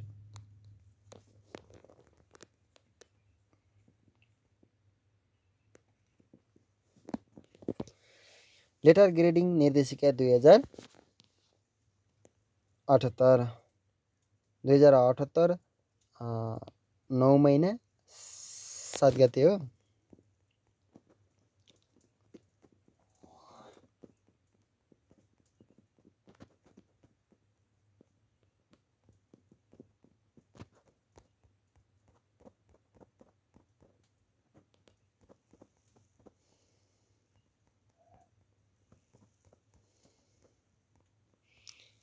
तपाईँलाई सोध्न सक्छ लेटर ग्रेडिङ निर्देशिका 2078 को कतिवटा उद्देश्य छन् भने 4वटा उद्देश्यहरू छन्। त्यो हामीले सबैले जान्नुपर्ने हुन्छ। विद्यालय शिक्षामा लेटर ग्रेडिङ कार्यान्वयनको उद्देश्य ध्येय अनुसारका रहेका छन् भनेको छ। विद्यार्थीको सिकाइ सक्षमतालाई यथारूपमा प्रमाणीकरण गर्ने। अर्को छ सिकाइ उपलब्धिको मापनबाट प्राप्त अङ्कगत स्तरलाई 8वटा अक्षरगत स्तरमा चाहिँ सूचीकृत गर्ने। पहिला 9वटा थियो, अहिले 8वटा गरायो भन्न खोजेको त्यति हो कि अरू केही बुझ्नुपर्ने कुरा केही छैन यहाँ। शैक्षिक क्षतिलाई चाहिँ न्यूनीकरण गर्दै शैक्षणिक गुणस्तरलाई चाहिँ प्रवर्धन गर्ने भनेको छ। अर्को छ एकल विषय प्रमाणीकरणका माध्यमबाट विद्यार्थीको बहुबौद्धिकताका आधारमा सिकाइका अवसरहरू प्रदान गर्ने भन्ने कुरा छ। यति छ। पाठ्यघण्टा र पाठ्यभार चाहिँ हामीले राष्ट्रिय पाठ्यक्रम प्रारूप 2076 मा पढिसकेका थियौँ। सामान्यतया 60 मिनेटको 1 घन्टी हुनेछ।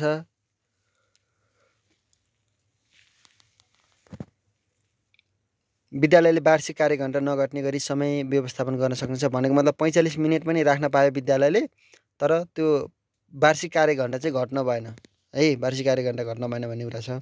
अर्को छ पठन पाठन सञ्चालनका लागि खर्च भएको 32 घण्टाको समय अवधिलाई चाहिँ 1 पाठ्यघण्टा भनिन्छ। कार्यघण्टा क्रेडिट आवर र चाहिँ वर्किङ आवर्स भन्छ नि। 32 घण्टाको समय अवधिलाई 32 कार्यघण्टा भनेको 1 पाठ्यघण्टा हो भनेर सम्झिनु होला। हामीले पढिसकेका छौँ।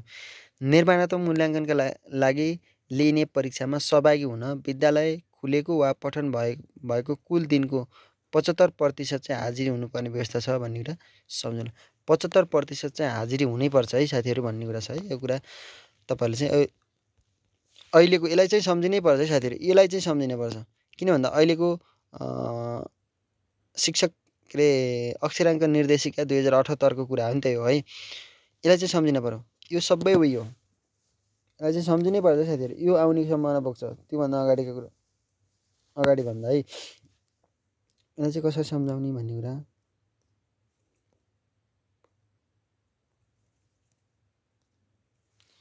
यो सबै उयो 90 भन्दा माथि 100 सम्म 90 80 देखि 90 70 देखि 60 देखि 70 50 देखि 60 यो सबै उयो हो। यता पनि सबै उयो छ। लास्टमा चाहिँ तपाईको यहाँ 1.6 देखि तल आयो भने नन ग्रेड हो।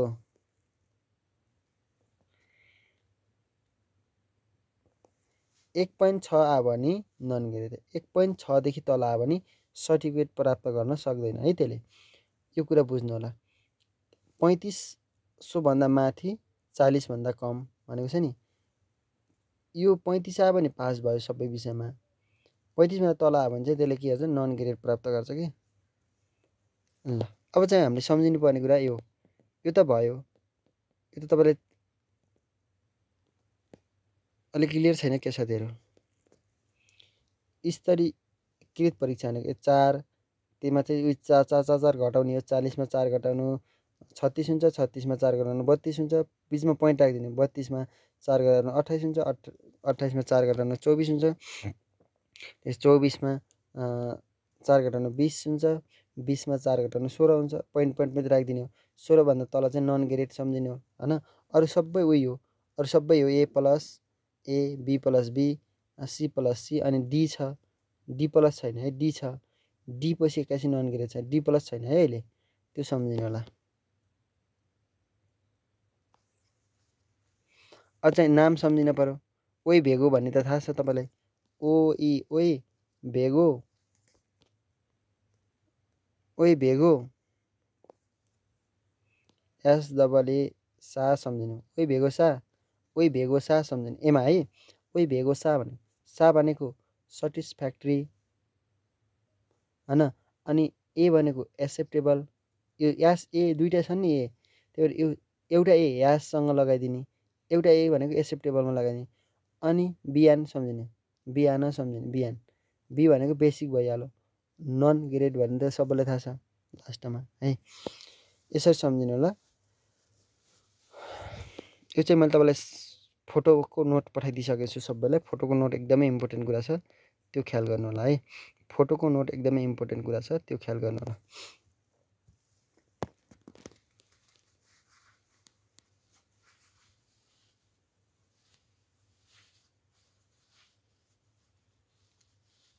ल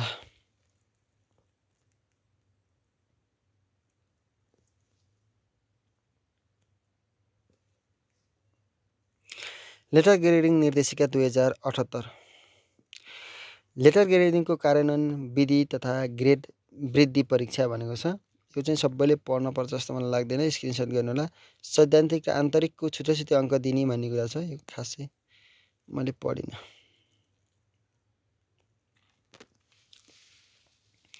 यहाँ चाहिँ पढ्नुपर्छ। लेटर ग्रेडिङ निर्देशिका 2078 ग्रेड वृद्धि परीक्षा र तपाईको दुईवटा ग्रेड आयो भने चाहिँ ग्रेड बढाउनु पर्ने भन्ने कुरा छन् क्या। परीक्षा र प्रमाण पत्रका सम्बन्धमा देखाइ बमोजिम हुनेछ। कक्षा 8, कक्षा 10 र कक्षा 12 मा सबै विषयमा न्यूनतम ग्रेड पुरा गरेपछि मात्र सम्बन्धित निकायले मूल प्रमाणपत्र उपलब्ध गराउनेछ भनेको छ। तर विषयगत रूपमा आन्तरिकतर्फ सी र सैद्धान्तिकतर्फ डी ग्रेड प्राप्त गर्न नसक्ने विद्यार्थीहरूको लागि मूल प्रमाणपत्र उपलब्ध गराइने छैन भनेको छ। तपाईको आन्तरिक भनेको निरन्तर विद्यार्थी मूल्याङ्कनमा चाहिँ सी ल्याउनै पर्यो। सैद्धान्तिकतर्फ लेख्नेतर्फ चाहिँ डी ग्रेड पाउनु पर्यो, नत्र तपाईले चाहिँ सर्टिफिकेट पाउनु भएन भन्ने कुरा हो है। आन्तरिकतर्फ सी, सैद्धान्तिकतर्फ चाहिँ डी ग्रेड चाहिँ ल्याउनै पर्यो भन्ने कुरा छ। अरु कुरा ख्यालै नगर्नुस्। अर्को छ रातो लेखेकोले पढ्नु त। अग्र अध्ययनका लागि मूल प्रमाणपत्र अनिवार्य हुनेछ भनेको अग्र भनेको अगाडि क्लास 10 पास हुनुभयो भने 11 को पढ्नको लागि चाहिँ मूल प्रमाणपत्र चाहिँ अनिवार्य हुनेछ भन्ने कुरा छ। तपाईको आन्तरिक मूल्याङ्कनमा चाहिँ सी ग्रेड ल्याउनु पर्यो। अर्को चाहिँ तपाईको सैद्धान्तिकतर्फ लेख्नेतर्फ चाहिँ कति ल्याउनु पर्यो, तपाईले डी ल्याउनु पर्यो भन्ने कुरा सम्झिनु होला है। ग्रेड वृद्धि परीक्षा र प्रमाणपत्रका सम्बन्धमा देहाइ बमोजिम हुनेछ भनेको छ। मूल प्रमाणपत्र प्राप्त गर्न नसकेका विद्यार्थीले 3 पटकसम्म 2 विषयमा ग्रेड वृद्धि परीक्षामा संलग्न हुन पाउनेछन् भनेको छ। भनेको मतलब तपाईको दुईवटा विषय लाग्यो, दुईवटा विषय लाग्यो, तपाईँले 3 पटक दिन पाउनुभयो है, 3 पटकसम्म दिन पाउनुभयो। 3 पटकसम्म पनि कटेन भने तपाईँ फेरि सुरुबाट सबै विषय दिनुपर्छ, त्यो सम्झिनु होला है। तपाईँलाई 3 पटकसम्म दुईवटा विषय कटाउन पाए, तपाईँले 12 पास गर्नुभयो, ब्याचलरमा त्यस्तो छैन। फेरि 12 पास गर्नुभयो भने 12मा चाहिँ 3वटा विषय लाग्यो भने 3 पटक दुईवटा है, सरी 3वटा होइन, 2वटा विषय लाग्यो भने 3 पटक चाहिँ तपाईँले चाहिँ 3 पटकसम्म दिन पाइयो।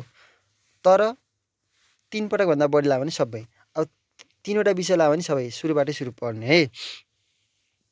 ल, 2 विषयभन्दा बढी विषयमा तोकेको ग्रेड प्राप्त गर्न नसकेमा वा ग्रेड वृद्धि परीक्षामा तोकेको ग्रेड प्राप्त नसकेका विद्यार्थी अर्को वर्षको सम्पूर्ण विषयको परीक्षामा संलग्न हुन वा सोही कक्षामा पुनः अध्ययन गर्न पाउनेछन् भनेको छ। 3 भन्दा बढी ग्रेड लाग्यो भने त्यही कक्षामा पढ्न पर्यो भन्ने कुरा सम्झिनु होला है। त्यही कक्षामा पढ्न पर्यो भन्ने सम्झिनु होला।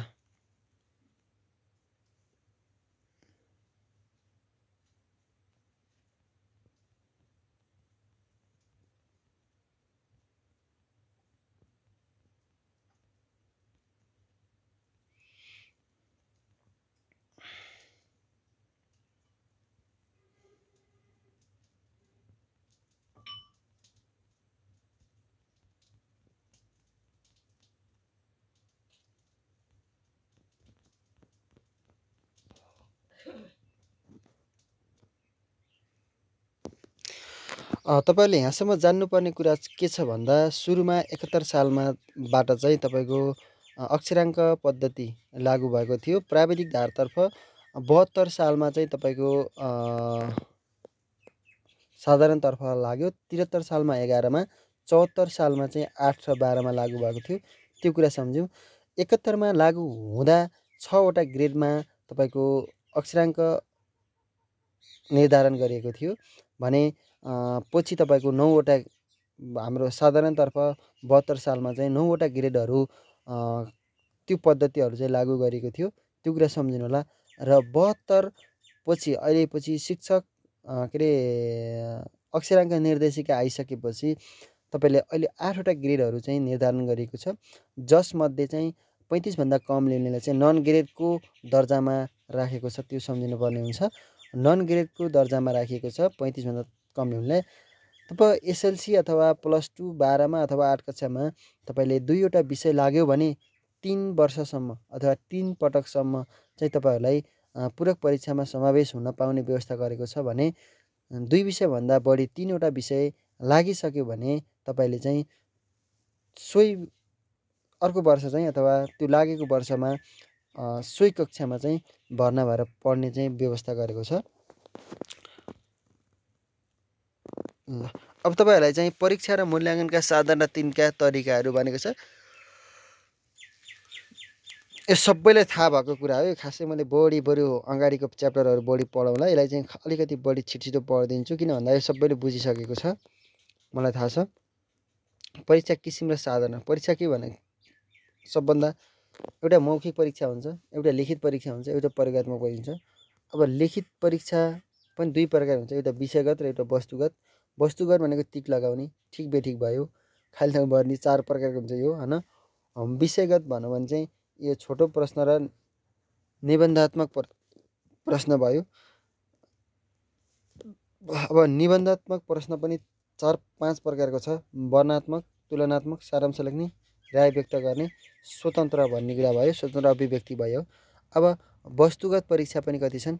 4 प्रकार छन्। यो सम्झने। सबैभन्दा विश्वसनीयता वैधता भएको चाहिँ वस्तुगत प्रश्न हो। बहुवैकल्पिक प्रश्न हो। वस्तुगतमा बहुवैकल्पिक हो सबैभन्दा। अनि सबैभन्दा बढी मिल्न सक्ने, झतारो गरेर मिल्न सक्ने चाहिँ यो ठिक बेठिक हो भन्ने कुरा हामीले सम्झिसकेका छौँ। विषयगत, वस्तुगत र विषयगत। विषयगत भनेको लेख्ने है, विषयगत भनेको लेख्ने।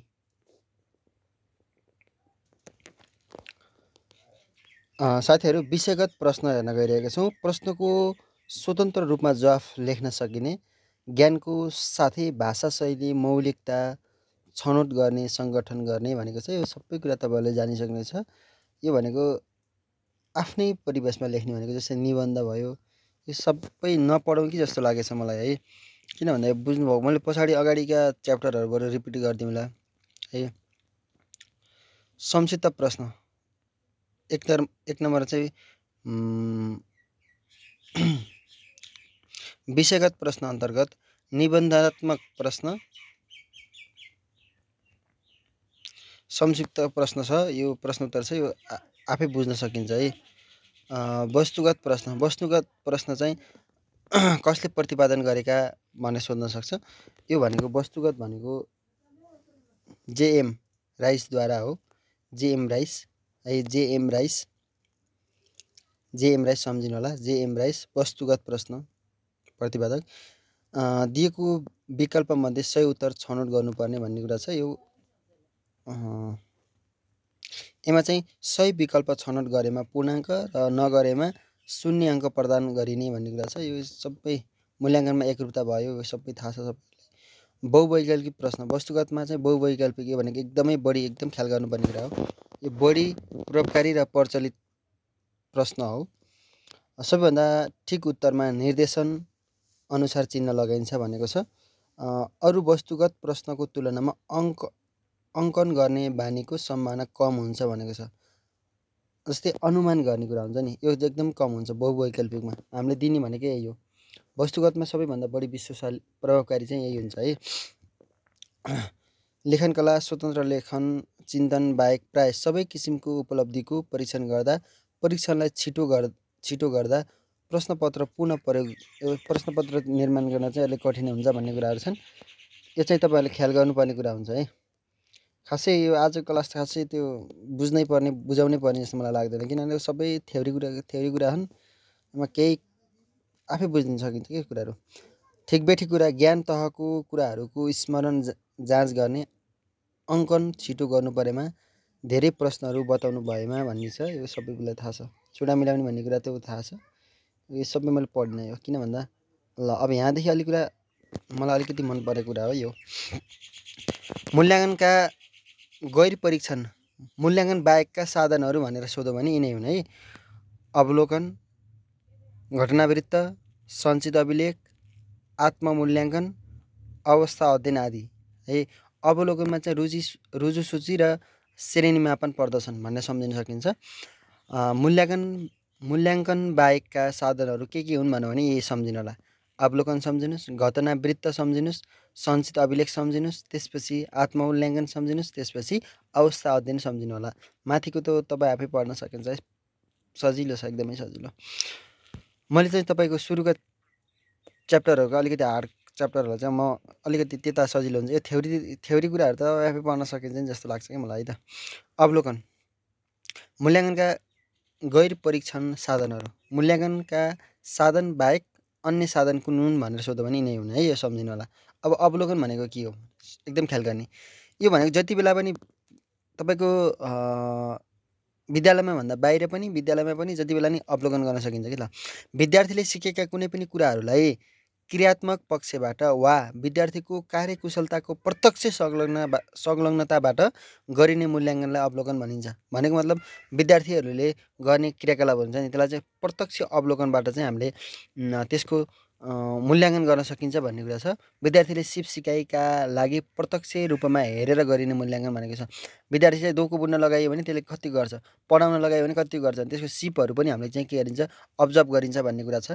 विद्यार्थीले सिकाइका लागि प्रत्यक्ष रूपमा हेरेर गरिने मूल्याङ्कन भनिन्छ। विद्यार्थीको सिकाइका लागि प्रत्यक्ष रूपमा हेरेर गरिने मूल्याङ्कन हो। विद्यार्थीको बानी बेहोरा आचरण स्वास्थ्य सामाजिक सम्बन्ध र व्यवहारका पक्षहरूको मूल्याङ्कन लिखित परीक्षाबाट गर्न कठिन हुँदा यस्ता पक्षहरूको मूल्याङ्कनका लागि प्रयोग एकदम ख्याल गर्ने कुरा छ। बानी बेहोरा आचरण स्वास्थ्य सामाजिक सम्बन्ध र व्यवहारको पक्षहरूको मूल्याङ्कन लिखित रूपमा चाहिँ गर्न सकिन्न, तर यसलाई चाहिँ हामीले चाहिँ अवलोकनबाट गर्न सकिन्छ भनेको। बानी बेहोरा चाहिँ त्यसको लेख भनेर तेरो बानी बेहोरा लेख भनेर सही लेख्न त पायो नलेख्न पनि पायो, तर हामीले अवलोकन गऱ्यो भने त यसको बानी यस्तो रहेछ भनेर चाहिँ ख्याल गर्न सकिन्छ नि भन्ने कुरा छ। अवलोकन विधि दुई प्रकारका हुन्छन्, औपचारिक अवलोकन र अनौपचारिक अवलोकन। औपचारिक भन्यो भने निश्चित मापदण्ड समय निर्धारण गरेर गरिन्छ। अनौपचारिक भने त्यो गरिन्न है। अर्को छ अवलोकनमा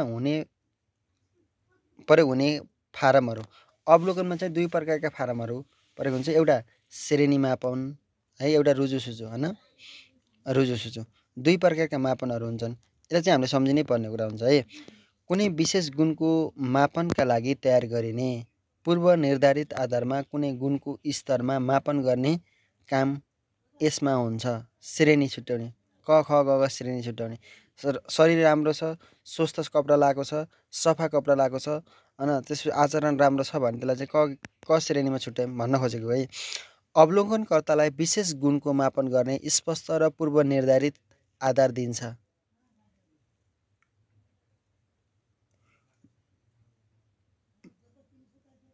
विशेष योग्यता, आचरण, बानी र अन्य गुणहरूको विकास कुन हदसम्म भएको छ सो जाँच्न अवलोकन गरेर सही कुरामा चिन्ह लगाई श्रेणी जनाउने प्रक्रियालाई श्रेणी मापन विधि भनिन्छ। श्रेणी जनाउँदा अत्युत्तम, उत्तम, मध्यम, निम्न गरी 3 देखि 4 देखि 7 सम्म श्रेणीहरू राखिने भनेको छ। अत्युत्तम, उत्तम, मध्यम, निम्न, मिनिमम भनेको 4 वटा चाहिँ श्रेणीहरू छुट्याउन सकिन्छ है। 4 वटा श्रेणीहरू छुट्याउन सकिन्छ हैन। अत्युत्तम, उत्तम, मध्यम, निम्न है, यो कुरा ख्याल गर्नुपर्ने हुन्छ। अर्को छ श्रेणीक्रम मुख्यतया रेखात्मक र सङ्ख्यात्मक गरी दुई प्रकारका भए पनि प्रमाणिक स्केल, सञ्चित बुँदाद्वारा स्तर निर्धारण र सीमित विकल्प भएका रेटिङ स्केलको पनि प्रयोग गरी 5 भागमा बाँडेको छ भनेको छ। भनेको मतलब यस्तो हो के, यस्तो गराइन्छ 1 2 3 4 5 हैन। अति उत्तम, उत्तम, अनि त्यसपछि के छ मध्यम, निम्न। एउटा स्केलमा चाहिँ हामीले चाहिँ के गर्न सकिन्छ भन्दा रेटिङ स्केलमा पनि मूल्याङ्कन गर्न सकिन्छ भनेको छ। रेखात्मक कुरा भनेको, रेखात्मक भनेको अस्तिबाट है।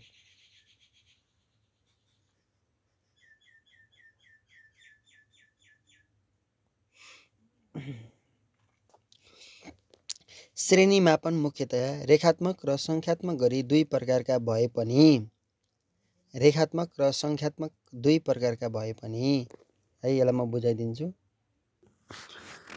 यसलाई कसरी बुझाउन सकिन्छ भन्दा जस्तै सधैँ सफा देखिन्छ भने त्यसलाई अङ्क 5 छुट्यायो। कपडा सफा लगाउँछ भने त्यो 4 अङ्क छुट्यायो। सधैँ दाँत सफा गर्छ भने त्यसलाई 3 अङ्क छुट्यायो। अनि त्यसपछि तपाईँको नङ काटेको छ भने 2, अब अन्य केही छन् भने 1। यसरी हामीले चाहिँ त्यसको हामीले चाहिँ श्रेणी मापन गर्न सकिन्छ है। श्रेणी मापन गर्न सकिन्छ। जस्तै कि उदाहरणको लागि हामीले विद्यालयको गृह कार्य कति गर्छ भनेर रेजा लगाउन पनि सकिन्छ। सधैँ गर्छ भने 3 वटा रेजा लगाए, धेरै जसो गर्छ भने 2 वटा, सामान्य गर्छ भने 1 है। यसरी कहिलेकाहीँ गर्छ गर्दैन भन्ने कुरा हामीले चाहिँ त्यसलाई चाहिँ श्रेणी मापन चाहिँ ख्याल गर्न सकिन्छ भन्ने कुरा राखिएको छ है। यो कुरा चाहिँ तपाईँहरूले सम्झिनु होला। अब श्रेणी मापनका फाइदाहरू के छन् भन्दा विषयसँग सम्बन्धित गुणहरू चाहिँ तयार गर्न सजिलो हुन्छ हैन। लिखित परीक्षाबाट अवलोकन गर्न नसकेका व्यापारहरू चाहिँ हामीले मापन गर्न सकिन्छ। क्रियाकलापहरू चाहिँ मापन गर्न सकिन्छ भन्ने कुरा छ। मूल्याङ्कन प्रक्रिया छिटो सम्पन्न गर्न सकिन्छ है। चाहेको सिप विकास र मूल्याङ्कन गर्न सकिन्छ। त्यसको व्यवहार हेरेर चाहिँ त्यसको मूल्याङ्कनहरू चाहिँ के गर्न सकिन्छ, विकास गर्न सकिन्छ। यसको सीमितता के बेफाइदा छन् भन्दा त्यति विश्वसनीयता मानिँदैन यो हैन। पूर्वाग्रहको प्रभाव पार्ने है। अनि त्यसपछि एकपटकमा एउटै व्यवहार मात्र जाँच्न सकिन्छ, धेरै व्यवहार जाँच्न त सकिन्न नि त, त्यो कुरा छ। यसपछि हामी रुजु सूचीमा जान्छौँ। रुजु सूची भनेको लगाउने काम हाम्रो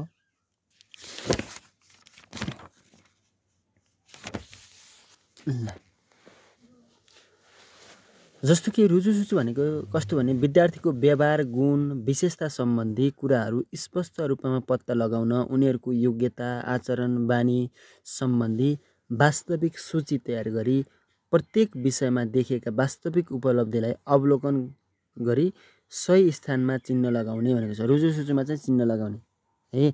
उसमा पनि त्यो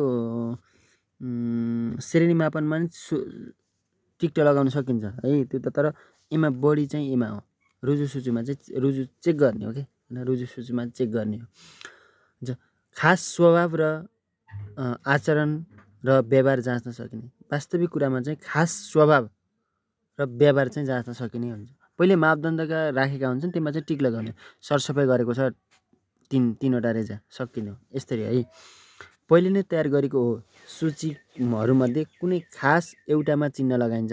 धेरै सफा हुन्छ भने धेरै सफामा लगायो, अरू हल्का सफा मध्यम सफामा लगाइएन भन्न खोजेको। रुजु सूचीबाट प्राप्त उपलब्धिको परीक्षण रुजु सूचीबाट प्राप्त उपलब्धिको परिणाम श्रेणी मापनबाट प्राप्त भन्दा बढी विश्वसनीय हुन्छ। यो रुजु सूची बढी विश्वसनीयता हुन्छ भने सम्झिनु होला है। तर तयार गर्न चाहिँ कठिन हुन्छ, प्रयोग गर्न चाहिँ सजिलो हुन्छ। किन भन्दा धेरै कुराहरू लेख्न पर्यो, टकटक टिक लगाउनु त सजिलो हुन्छ भन्ने कुरा तपाईँहरूले सम्झिनुहोस्। नतिजा विश्लेषण। नतिजा विश्लेषण भनेको के हो भन्ने कुरा हामीले सिक्न गइरहेका छौँ। अब चाहिँ जस्तै अब विश्वसनीयता भनेको के हो भने धेरै जाँच गर्दा पनि सेम अङ्क आयो भने त्यसलाई विश्वसनीयता भनिन्छ है। धेरै जाँच गर्दा पनि सेम अङ्क आयो भने त्यसलाई विश्वसनीयता भन्छ। यो कुरा चाहिँ हाम्रो सिलेबसमा छैन क्या सम्भवतः। ल, नतिजा विश्लेषण विद्यार्थीको प्राप्ताङ्कको विश्लेषण गरेर प्राप्त निष्कर्षलाई चाहिँ प्रयोगमा ल्याउने काम नतिजा विश्लेषण हो। निष्कर्षमा ल्याउने कामलाई चाहिँ के भनिन्छ? नतिजा विश्लेषण। विभिन्न तथ्याङ्क शास्त्रीय विधिहरू, औसत, प्रतिशत, अनुपात, सहसम्बन्ध, विचार विश्लेषण, स्तरीय भिन्नता आदिको प्रयोग गर्न सकिने भनेको छ। औसत तथा प्रतिशतको बढी प्रयोग हुने गरेको भनेको छ। नतिजाको विश्लेषण गर्दा दुई आधारहरू मापनमूलक मापन र आधारमूलक मापनको आधार लिन सकिन्छ भन्ने कुरा छ। यो खासै नतिजा विश्लेषणको प्रयोग भने विद्यार्थीको सिकाइको तुलनात्मक विश्लेषण गर्न, विद्यार्थीको वास्तविक अवस्था पहिचान गर्न, विद्यार्थीलाई सिकाइ सुधारका क्षेत्रहरू पहिचान गर्न, विद्यार्थी शिक्षक विद्यार्थी दुवैलाई पृष्ठपोषण दिन भन्ने कुरा छ। यो सबै कुरा तपाईँहरूले आफै सेल्फ स्टडी गर्न पनि सकिन्छ।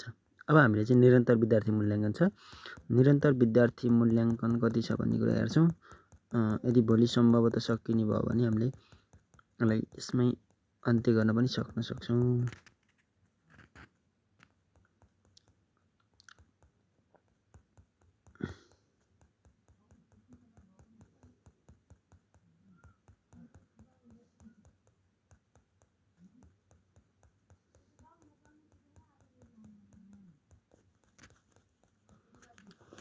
धेरै नै छ है साथीहरू। खासै तपाईँहरू पढ्ने जस्तो छ कि मैले कुनै बुझाउनै सक्दिनँ जस्तो लाग्यो मलाई। किन भन्दा यो पढ्ने कुरा थ्योरी कुरा हुन्, टेक्निकल कुराहरू बुझाउन सकिन्छ भनेर नतिजा विश्लेषणको कुरा भयो। निरन्तर विद्यार्थी मूल्याङ्कन। निरन्तर विद्यार्थी मूल्याङ्कन भनेको यसलाई चाहिँ म बुझाउन सक्छु होला। प्राथमिक शिक्षाको गुणात्मक पक्ष कमजोर भनेको छ, पहुँच कम। पृष्ठभूमि यो भनेको निरन्तर विद्यार्थी मूल्याङ्कन भनेको भने कस्तो भने विद्यार्थीहरूलाई कक्षा छोड्ने दर घटाउनको लागि भनेको मतलब अहिले चाहिँ 1 दिनसम्म चाहिँ पूर्ण निरन्तर विद्यार्थी मूल्याङ्कन छ। 1 दिनसम्म पूर्ण 100% मूल्याङ्कन छ भनेको मतलब तिनीहरूलाई फेल गराउनै पाइएन भन्ने कुरा छ। 4 देखि 7 सम्म चाहिँ 50%। तपाईँको बुकमा चाहिँ 4 र 5 को चाहिँ 50-50 अनि त्यसपछि 6 र 7 को चाहिँ 40 र 60 छ होला।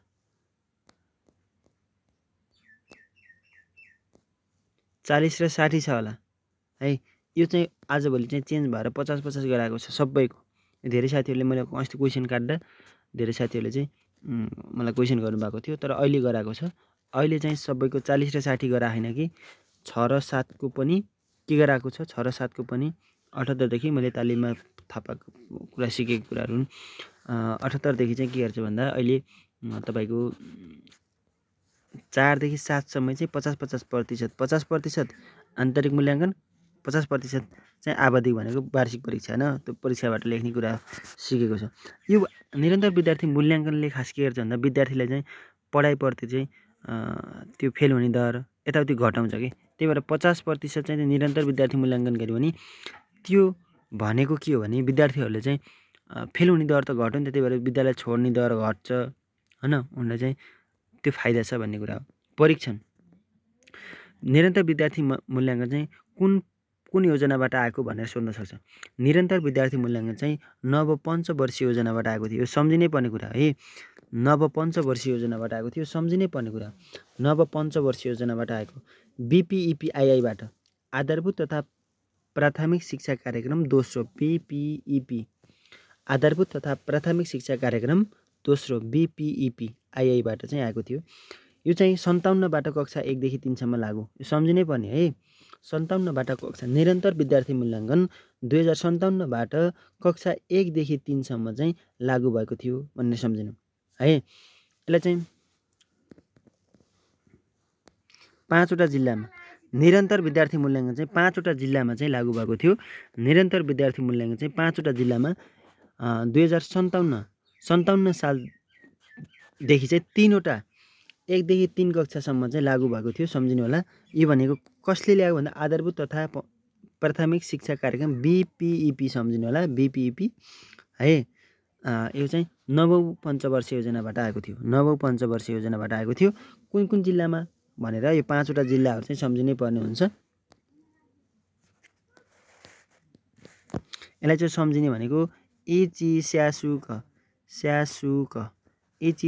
भनेर सम्झिनु होला। इचिस्यासुक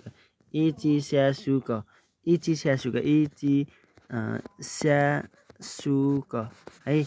इ भनेको इलाम, ची भनेको चितवन, स्या भनेको स्याङ्जा, सुर्खेत र कञ्चन। यो भनेको निरन्तर विद्यार्थी मूल्याङ्कन 57बाट आयो, कक्षा 1 देखि 3 सम्म लागू भयो। यो भनेको नवौँ पञ्चवर्षीय योजनाबाट आएको थियो। BPEP-बाट ल्याएको थियो। BPEP-II-बाट फेरि II भनेर आउन सक्छ। II-बाट है।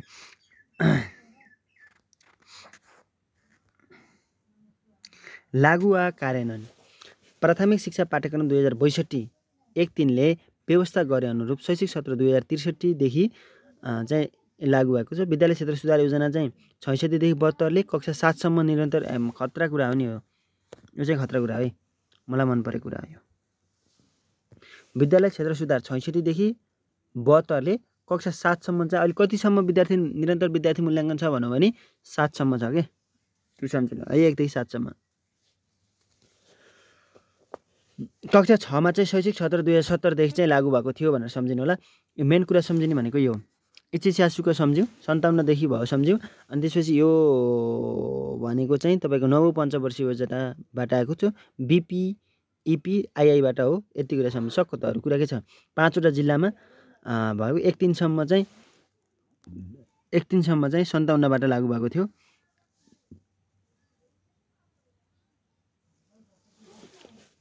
प्राथमिक शिक्षा पाठ्यक्रम 2062ले व्यवस्था गरे अनुरूप शैक्षिक सत्र 2063 देखि विद्यालय क्षेत्र चाहिँ सुरु भएको थियो है। अर्को चाहिँ यो मेन कुरा यो होला। मलाई मन परेको कुरा यो हो।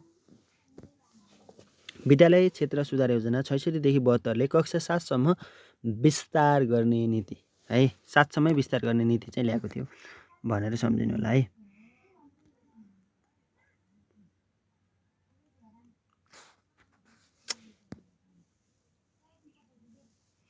अनौपचारिक र निर्माणात्मक मूल्याङ्कन। निर्माणात्मक भनेको सुधारात्मक कि। त्यो भनेको कस्तो भने कक्षामा चाहिँ तिमीलाई अब्जर्भ गर्ने, तिमीलाई फेरि सिकाउने, नजानेकोलाई फेरि सिकाउने होइन। कक्षा टेस्टहरू ल्याउने, तिमीलाई चाहिँ प्रोजेक्टहरूबाट प्रेजेन्टेसन गर्न लगाउने, परियोजना कार्य गर्न लगाउने, हाजिरीहरू हेर्ने हो कि सबै कुरा है। कमजोर विद्यार्थीलाई सुधारात्मक शिक्षण गरी उसको उपलब्धि स्तर चाहिँ बढाउन मद्दत गर्ने भनेको छ। सुधारात्मक भनेको छुट्टै राखेर त्यसलाई मस्तसँग मैले कुरा गरिसकेको छु। खासै बढाउनु पर्दैन जस्तो लाग्छ। ल, मूल्याङ्कनमा विभिन्न साधनको प्रयोग जस्तै कार्यसञ्चिका पोर्टफोलियोको प्रयोग गर्ने भनेको छ। विद्यार्थीको एउटा पोर्टफोलियो बनाउने भनेको के। मुख्य उद्देश्य विद्यार्थी सिकाइको सुनिश्चितता गरी गुणस्तर सुधार भनेको छ।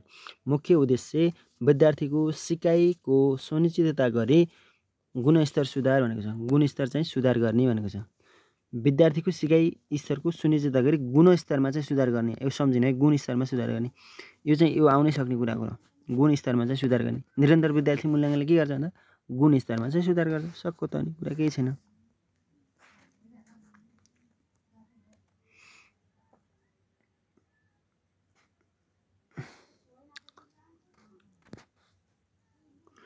एक देखि 3 सम्म 100% छ। उत्तीर्णाङ्क तोकेको छैन है।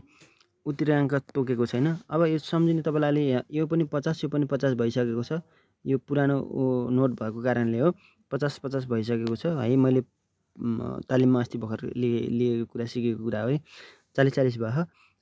एमा चाहिँ 50-50 भयो। 1 4 र 5 को 50-50। अब 40% चाहिँ पास मार्क हो। एमा 40% पास मार्क्स हो। त्यो सम्झिनु होला। यो 6 र 5 मा चाहिँ निरन्तर विद्यार्थी मूल्याङ्कन कति छ भने यो आवधिक भनेको परीक्षा हो। निरन्तर मूल्याङ्कन 50-50 भएको छ है। 50-50 भएको छ। 50-50 भएको छ है। यो 50-50 भएको छ। अब मलाई गलत सिकाएको भए त मैले थाहा पाएन, तर 100% चाहिँ त्यही हो। 50-50 भएको छ। निरन्तर मूल्याङ्कन र उद्धार कक्षोन्नति कक्षा 1 देखि 3 सम्म निरन्तर विद्यार्थी मूल्याङ्कन भन्दा कक्षा 1 देखि 7 सम्म। कक्षा 1 देखि 3 सम्म कक्षोन्नति भनेको कक्षा चढाउने 100% फेल भए पनि हैन, परीक्षा गराउनु हुन्न भनेको के यसले। परीक्षा गराउनु हुन्न। 1 र 3 लाई चाहिँ परीक्षा गराउनु हुन्न भन्ने कुरा छ। 1 र 7 देखि चाहिँ निरन्तर विद्यार्थी मूल्याङ्कन छ है। निरन्तर विद्यार्थी मूल्याङ्कन 1 देखि 3 सम्म के छ? कक्षा उन्नति, कक्षोन्नति, कक्षा चढाउने 100% कक्षा चढाउने भनेको छ। सिकाइका लागि निरन्तर विद्यार्थी मूल्याङ्कनको चक्र। पहिला सुरुमा चाहिँ सिकाइ भयो, उपलब्धि निर्धारण भयो, सिकाइ सहजीकरण भयो, योजना बनायो। यो कुरा खासै सम्झिन पर्छ जस्तो मलाई लाग्दैन। त्यसपछि के हुन्छ? सिकाइ सहजीकरण क्रियाकलाप गर्यो, निरन्तर मूल्याङ्कन भयो, निदान भयो, त्यसपछि आवश्यकता आधारमा सिकाइ भयो, सहजीकरण भयो, त्यसपछि सिकाइ भयो भन्ने कुरा छ। यो लगातार चल्ने कुरा हो। यसलाई स्क्रिनशट गरेपछि नोटमा पढ्न सक्नुहुन्छ। अब ध्यान दिने कुराहरू यो चाहिँ छ है। एकदम यो ध्यान दिनुपर्ने कुरा यो छ है। पाठ्यक्रम अनुसार सिकाइका लागि निरन्तर मूल्याङ्कनका सामान्य मापदण्डहरू कतिवटा छन् भनेको 6 र 7 मा हेरौँ है। 6 र 7 मा 6 र 7 र 1 र 5 मा 1 र 5 मा चाहिँ सुरुमा चाहिँ हाजिरी हुन्छ। एमा हाजिरी हुन्छ हुँदैन? एमा चाहिँ हाजिरी हुन्न। त्यो सम्झिनु होला। एमा चाहिँ कक्षा कार्य भयो, परियोजना कार्य भयो। योबाट नम्बर दिने हो है। 50 नम्बर योबाट दिने हो भन्न खोजेको के। अनि 50 आवधिक 50 निरन्तर विद्यार्थी मूल्याङ्कन हो नि। हो त्यो 50 मध्ये यो 50 चाहिँ एमा तिनीहरूलाई 50 नम्बर यहाँ दिने है। यो 50 नम्बर चाहिँ तिनीहरूलाई यहाँबाट दिन सकिन्छ। भनेको मतलब के दिन सकिन्छ त? कक्षा कार्य दिन सकिन्छ, त्योबाट नम्बर दिन्छ। परियोजना कार्यबाट नम्बर दिन सक्छ। व्यापारमा परिवर्तन त्योबाट दिन सक्छ। सृजनात्मक कार्यबाट हाजिरीबाट दिन सकिन्छ है। यो हाजिरीहरूको नम्बर पनि छुट्याएको छ। त्यो कुरा ख्याल गर्नु होला।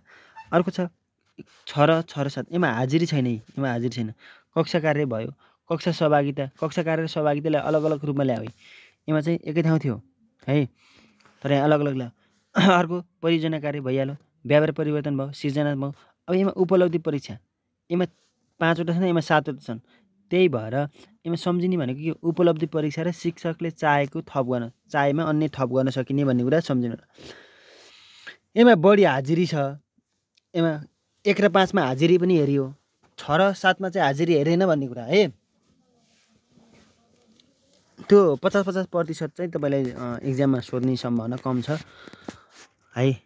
त्यो सोध्दैन, तर सोध्यो भने 50-50 चाहिँ ल्याइदिनु, केही बिग्रिन्छ ल।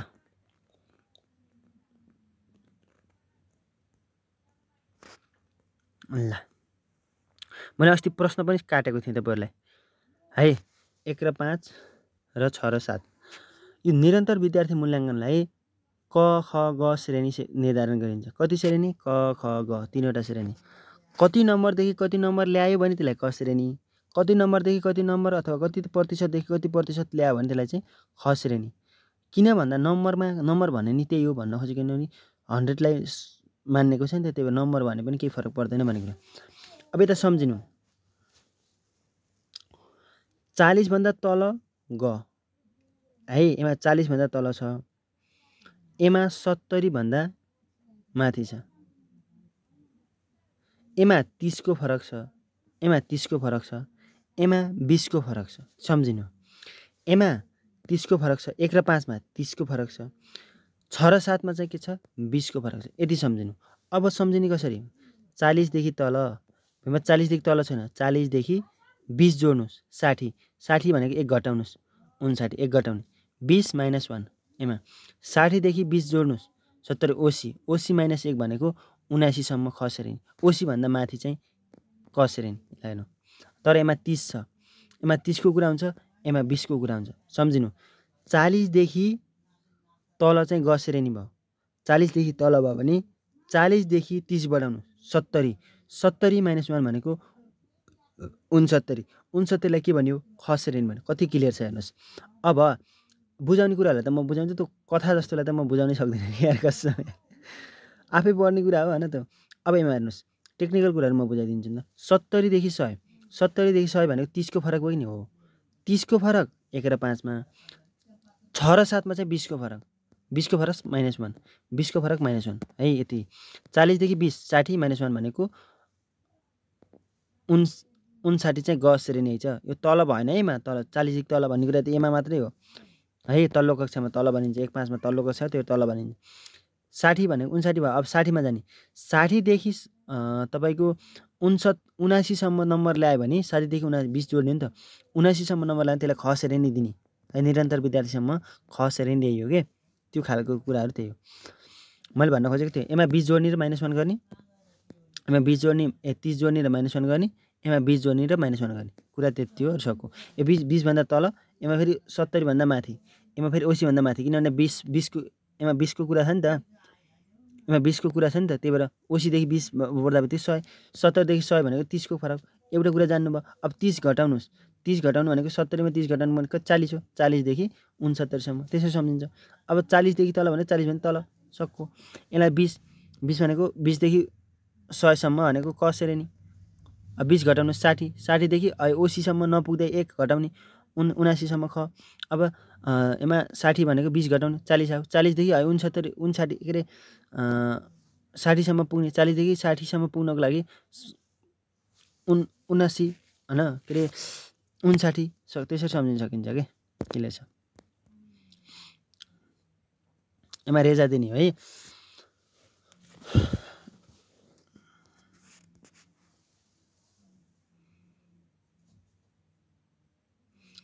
ल निरन्तर विद्यार्थी मूल्याङ्कन, पाठगत रेजाहरूको प्रतिशत निकाल्ने तरिका। पाठगत भनेको तपाईले यता सुन्नु है, ख्याल गर्नु है, एकदम ख्याल गर्नुपर्ने कुरा है।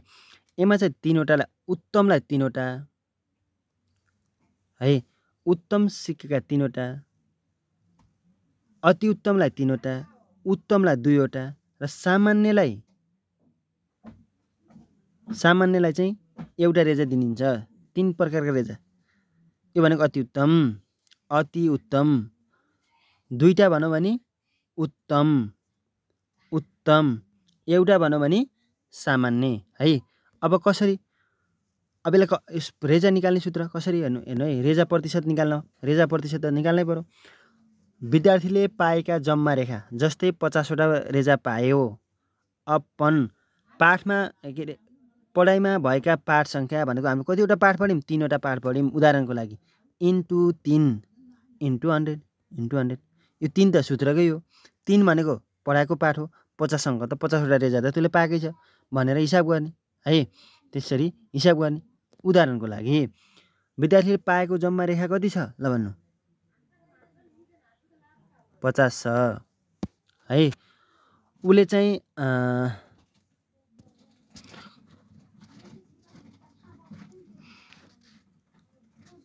कतिवटा पाठमा कतिवटा पाठ पढायो?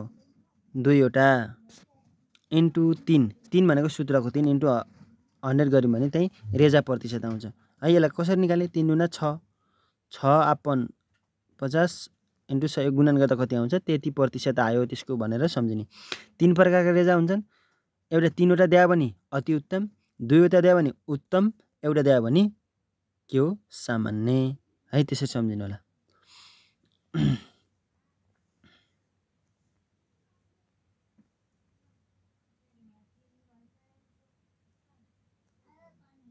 यो हामीले चाहिँ क ख स ग श्रेणी चाहिँ हामीले पढिसकेको कुरा है माथिको।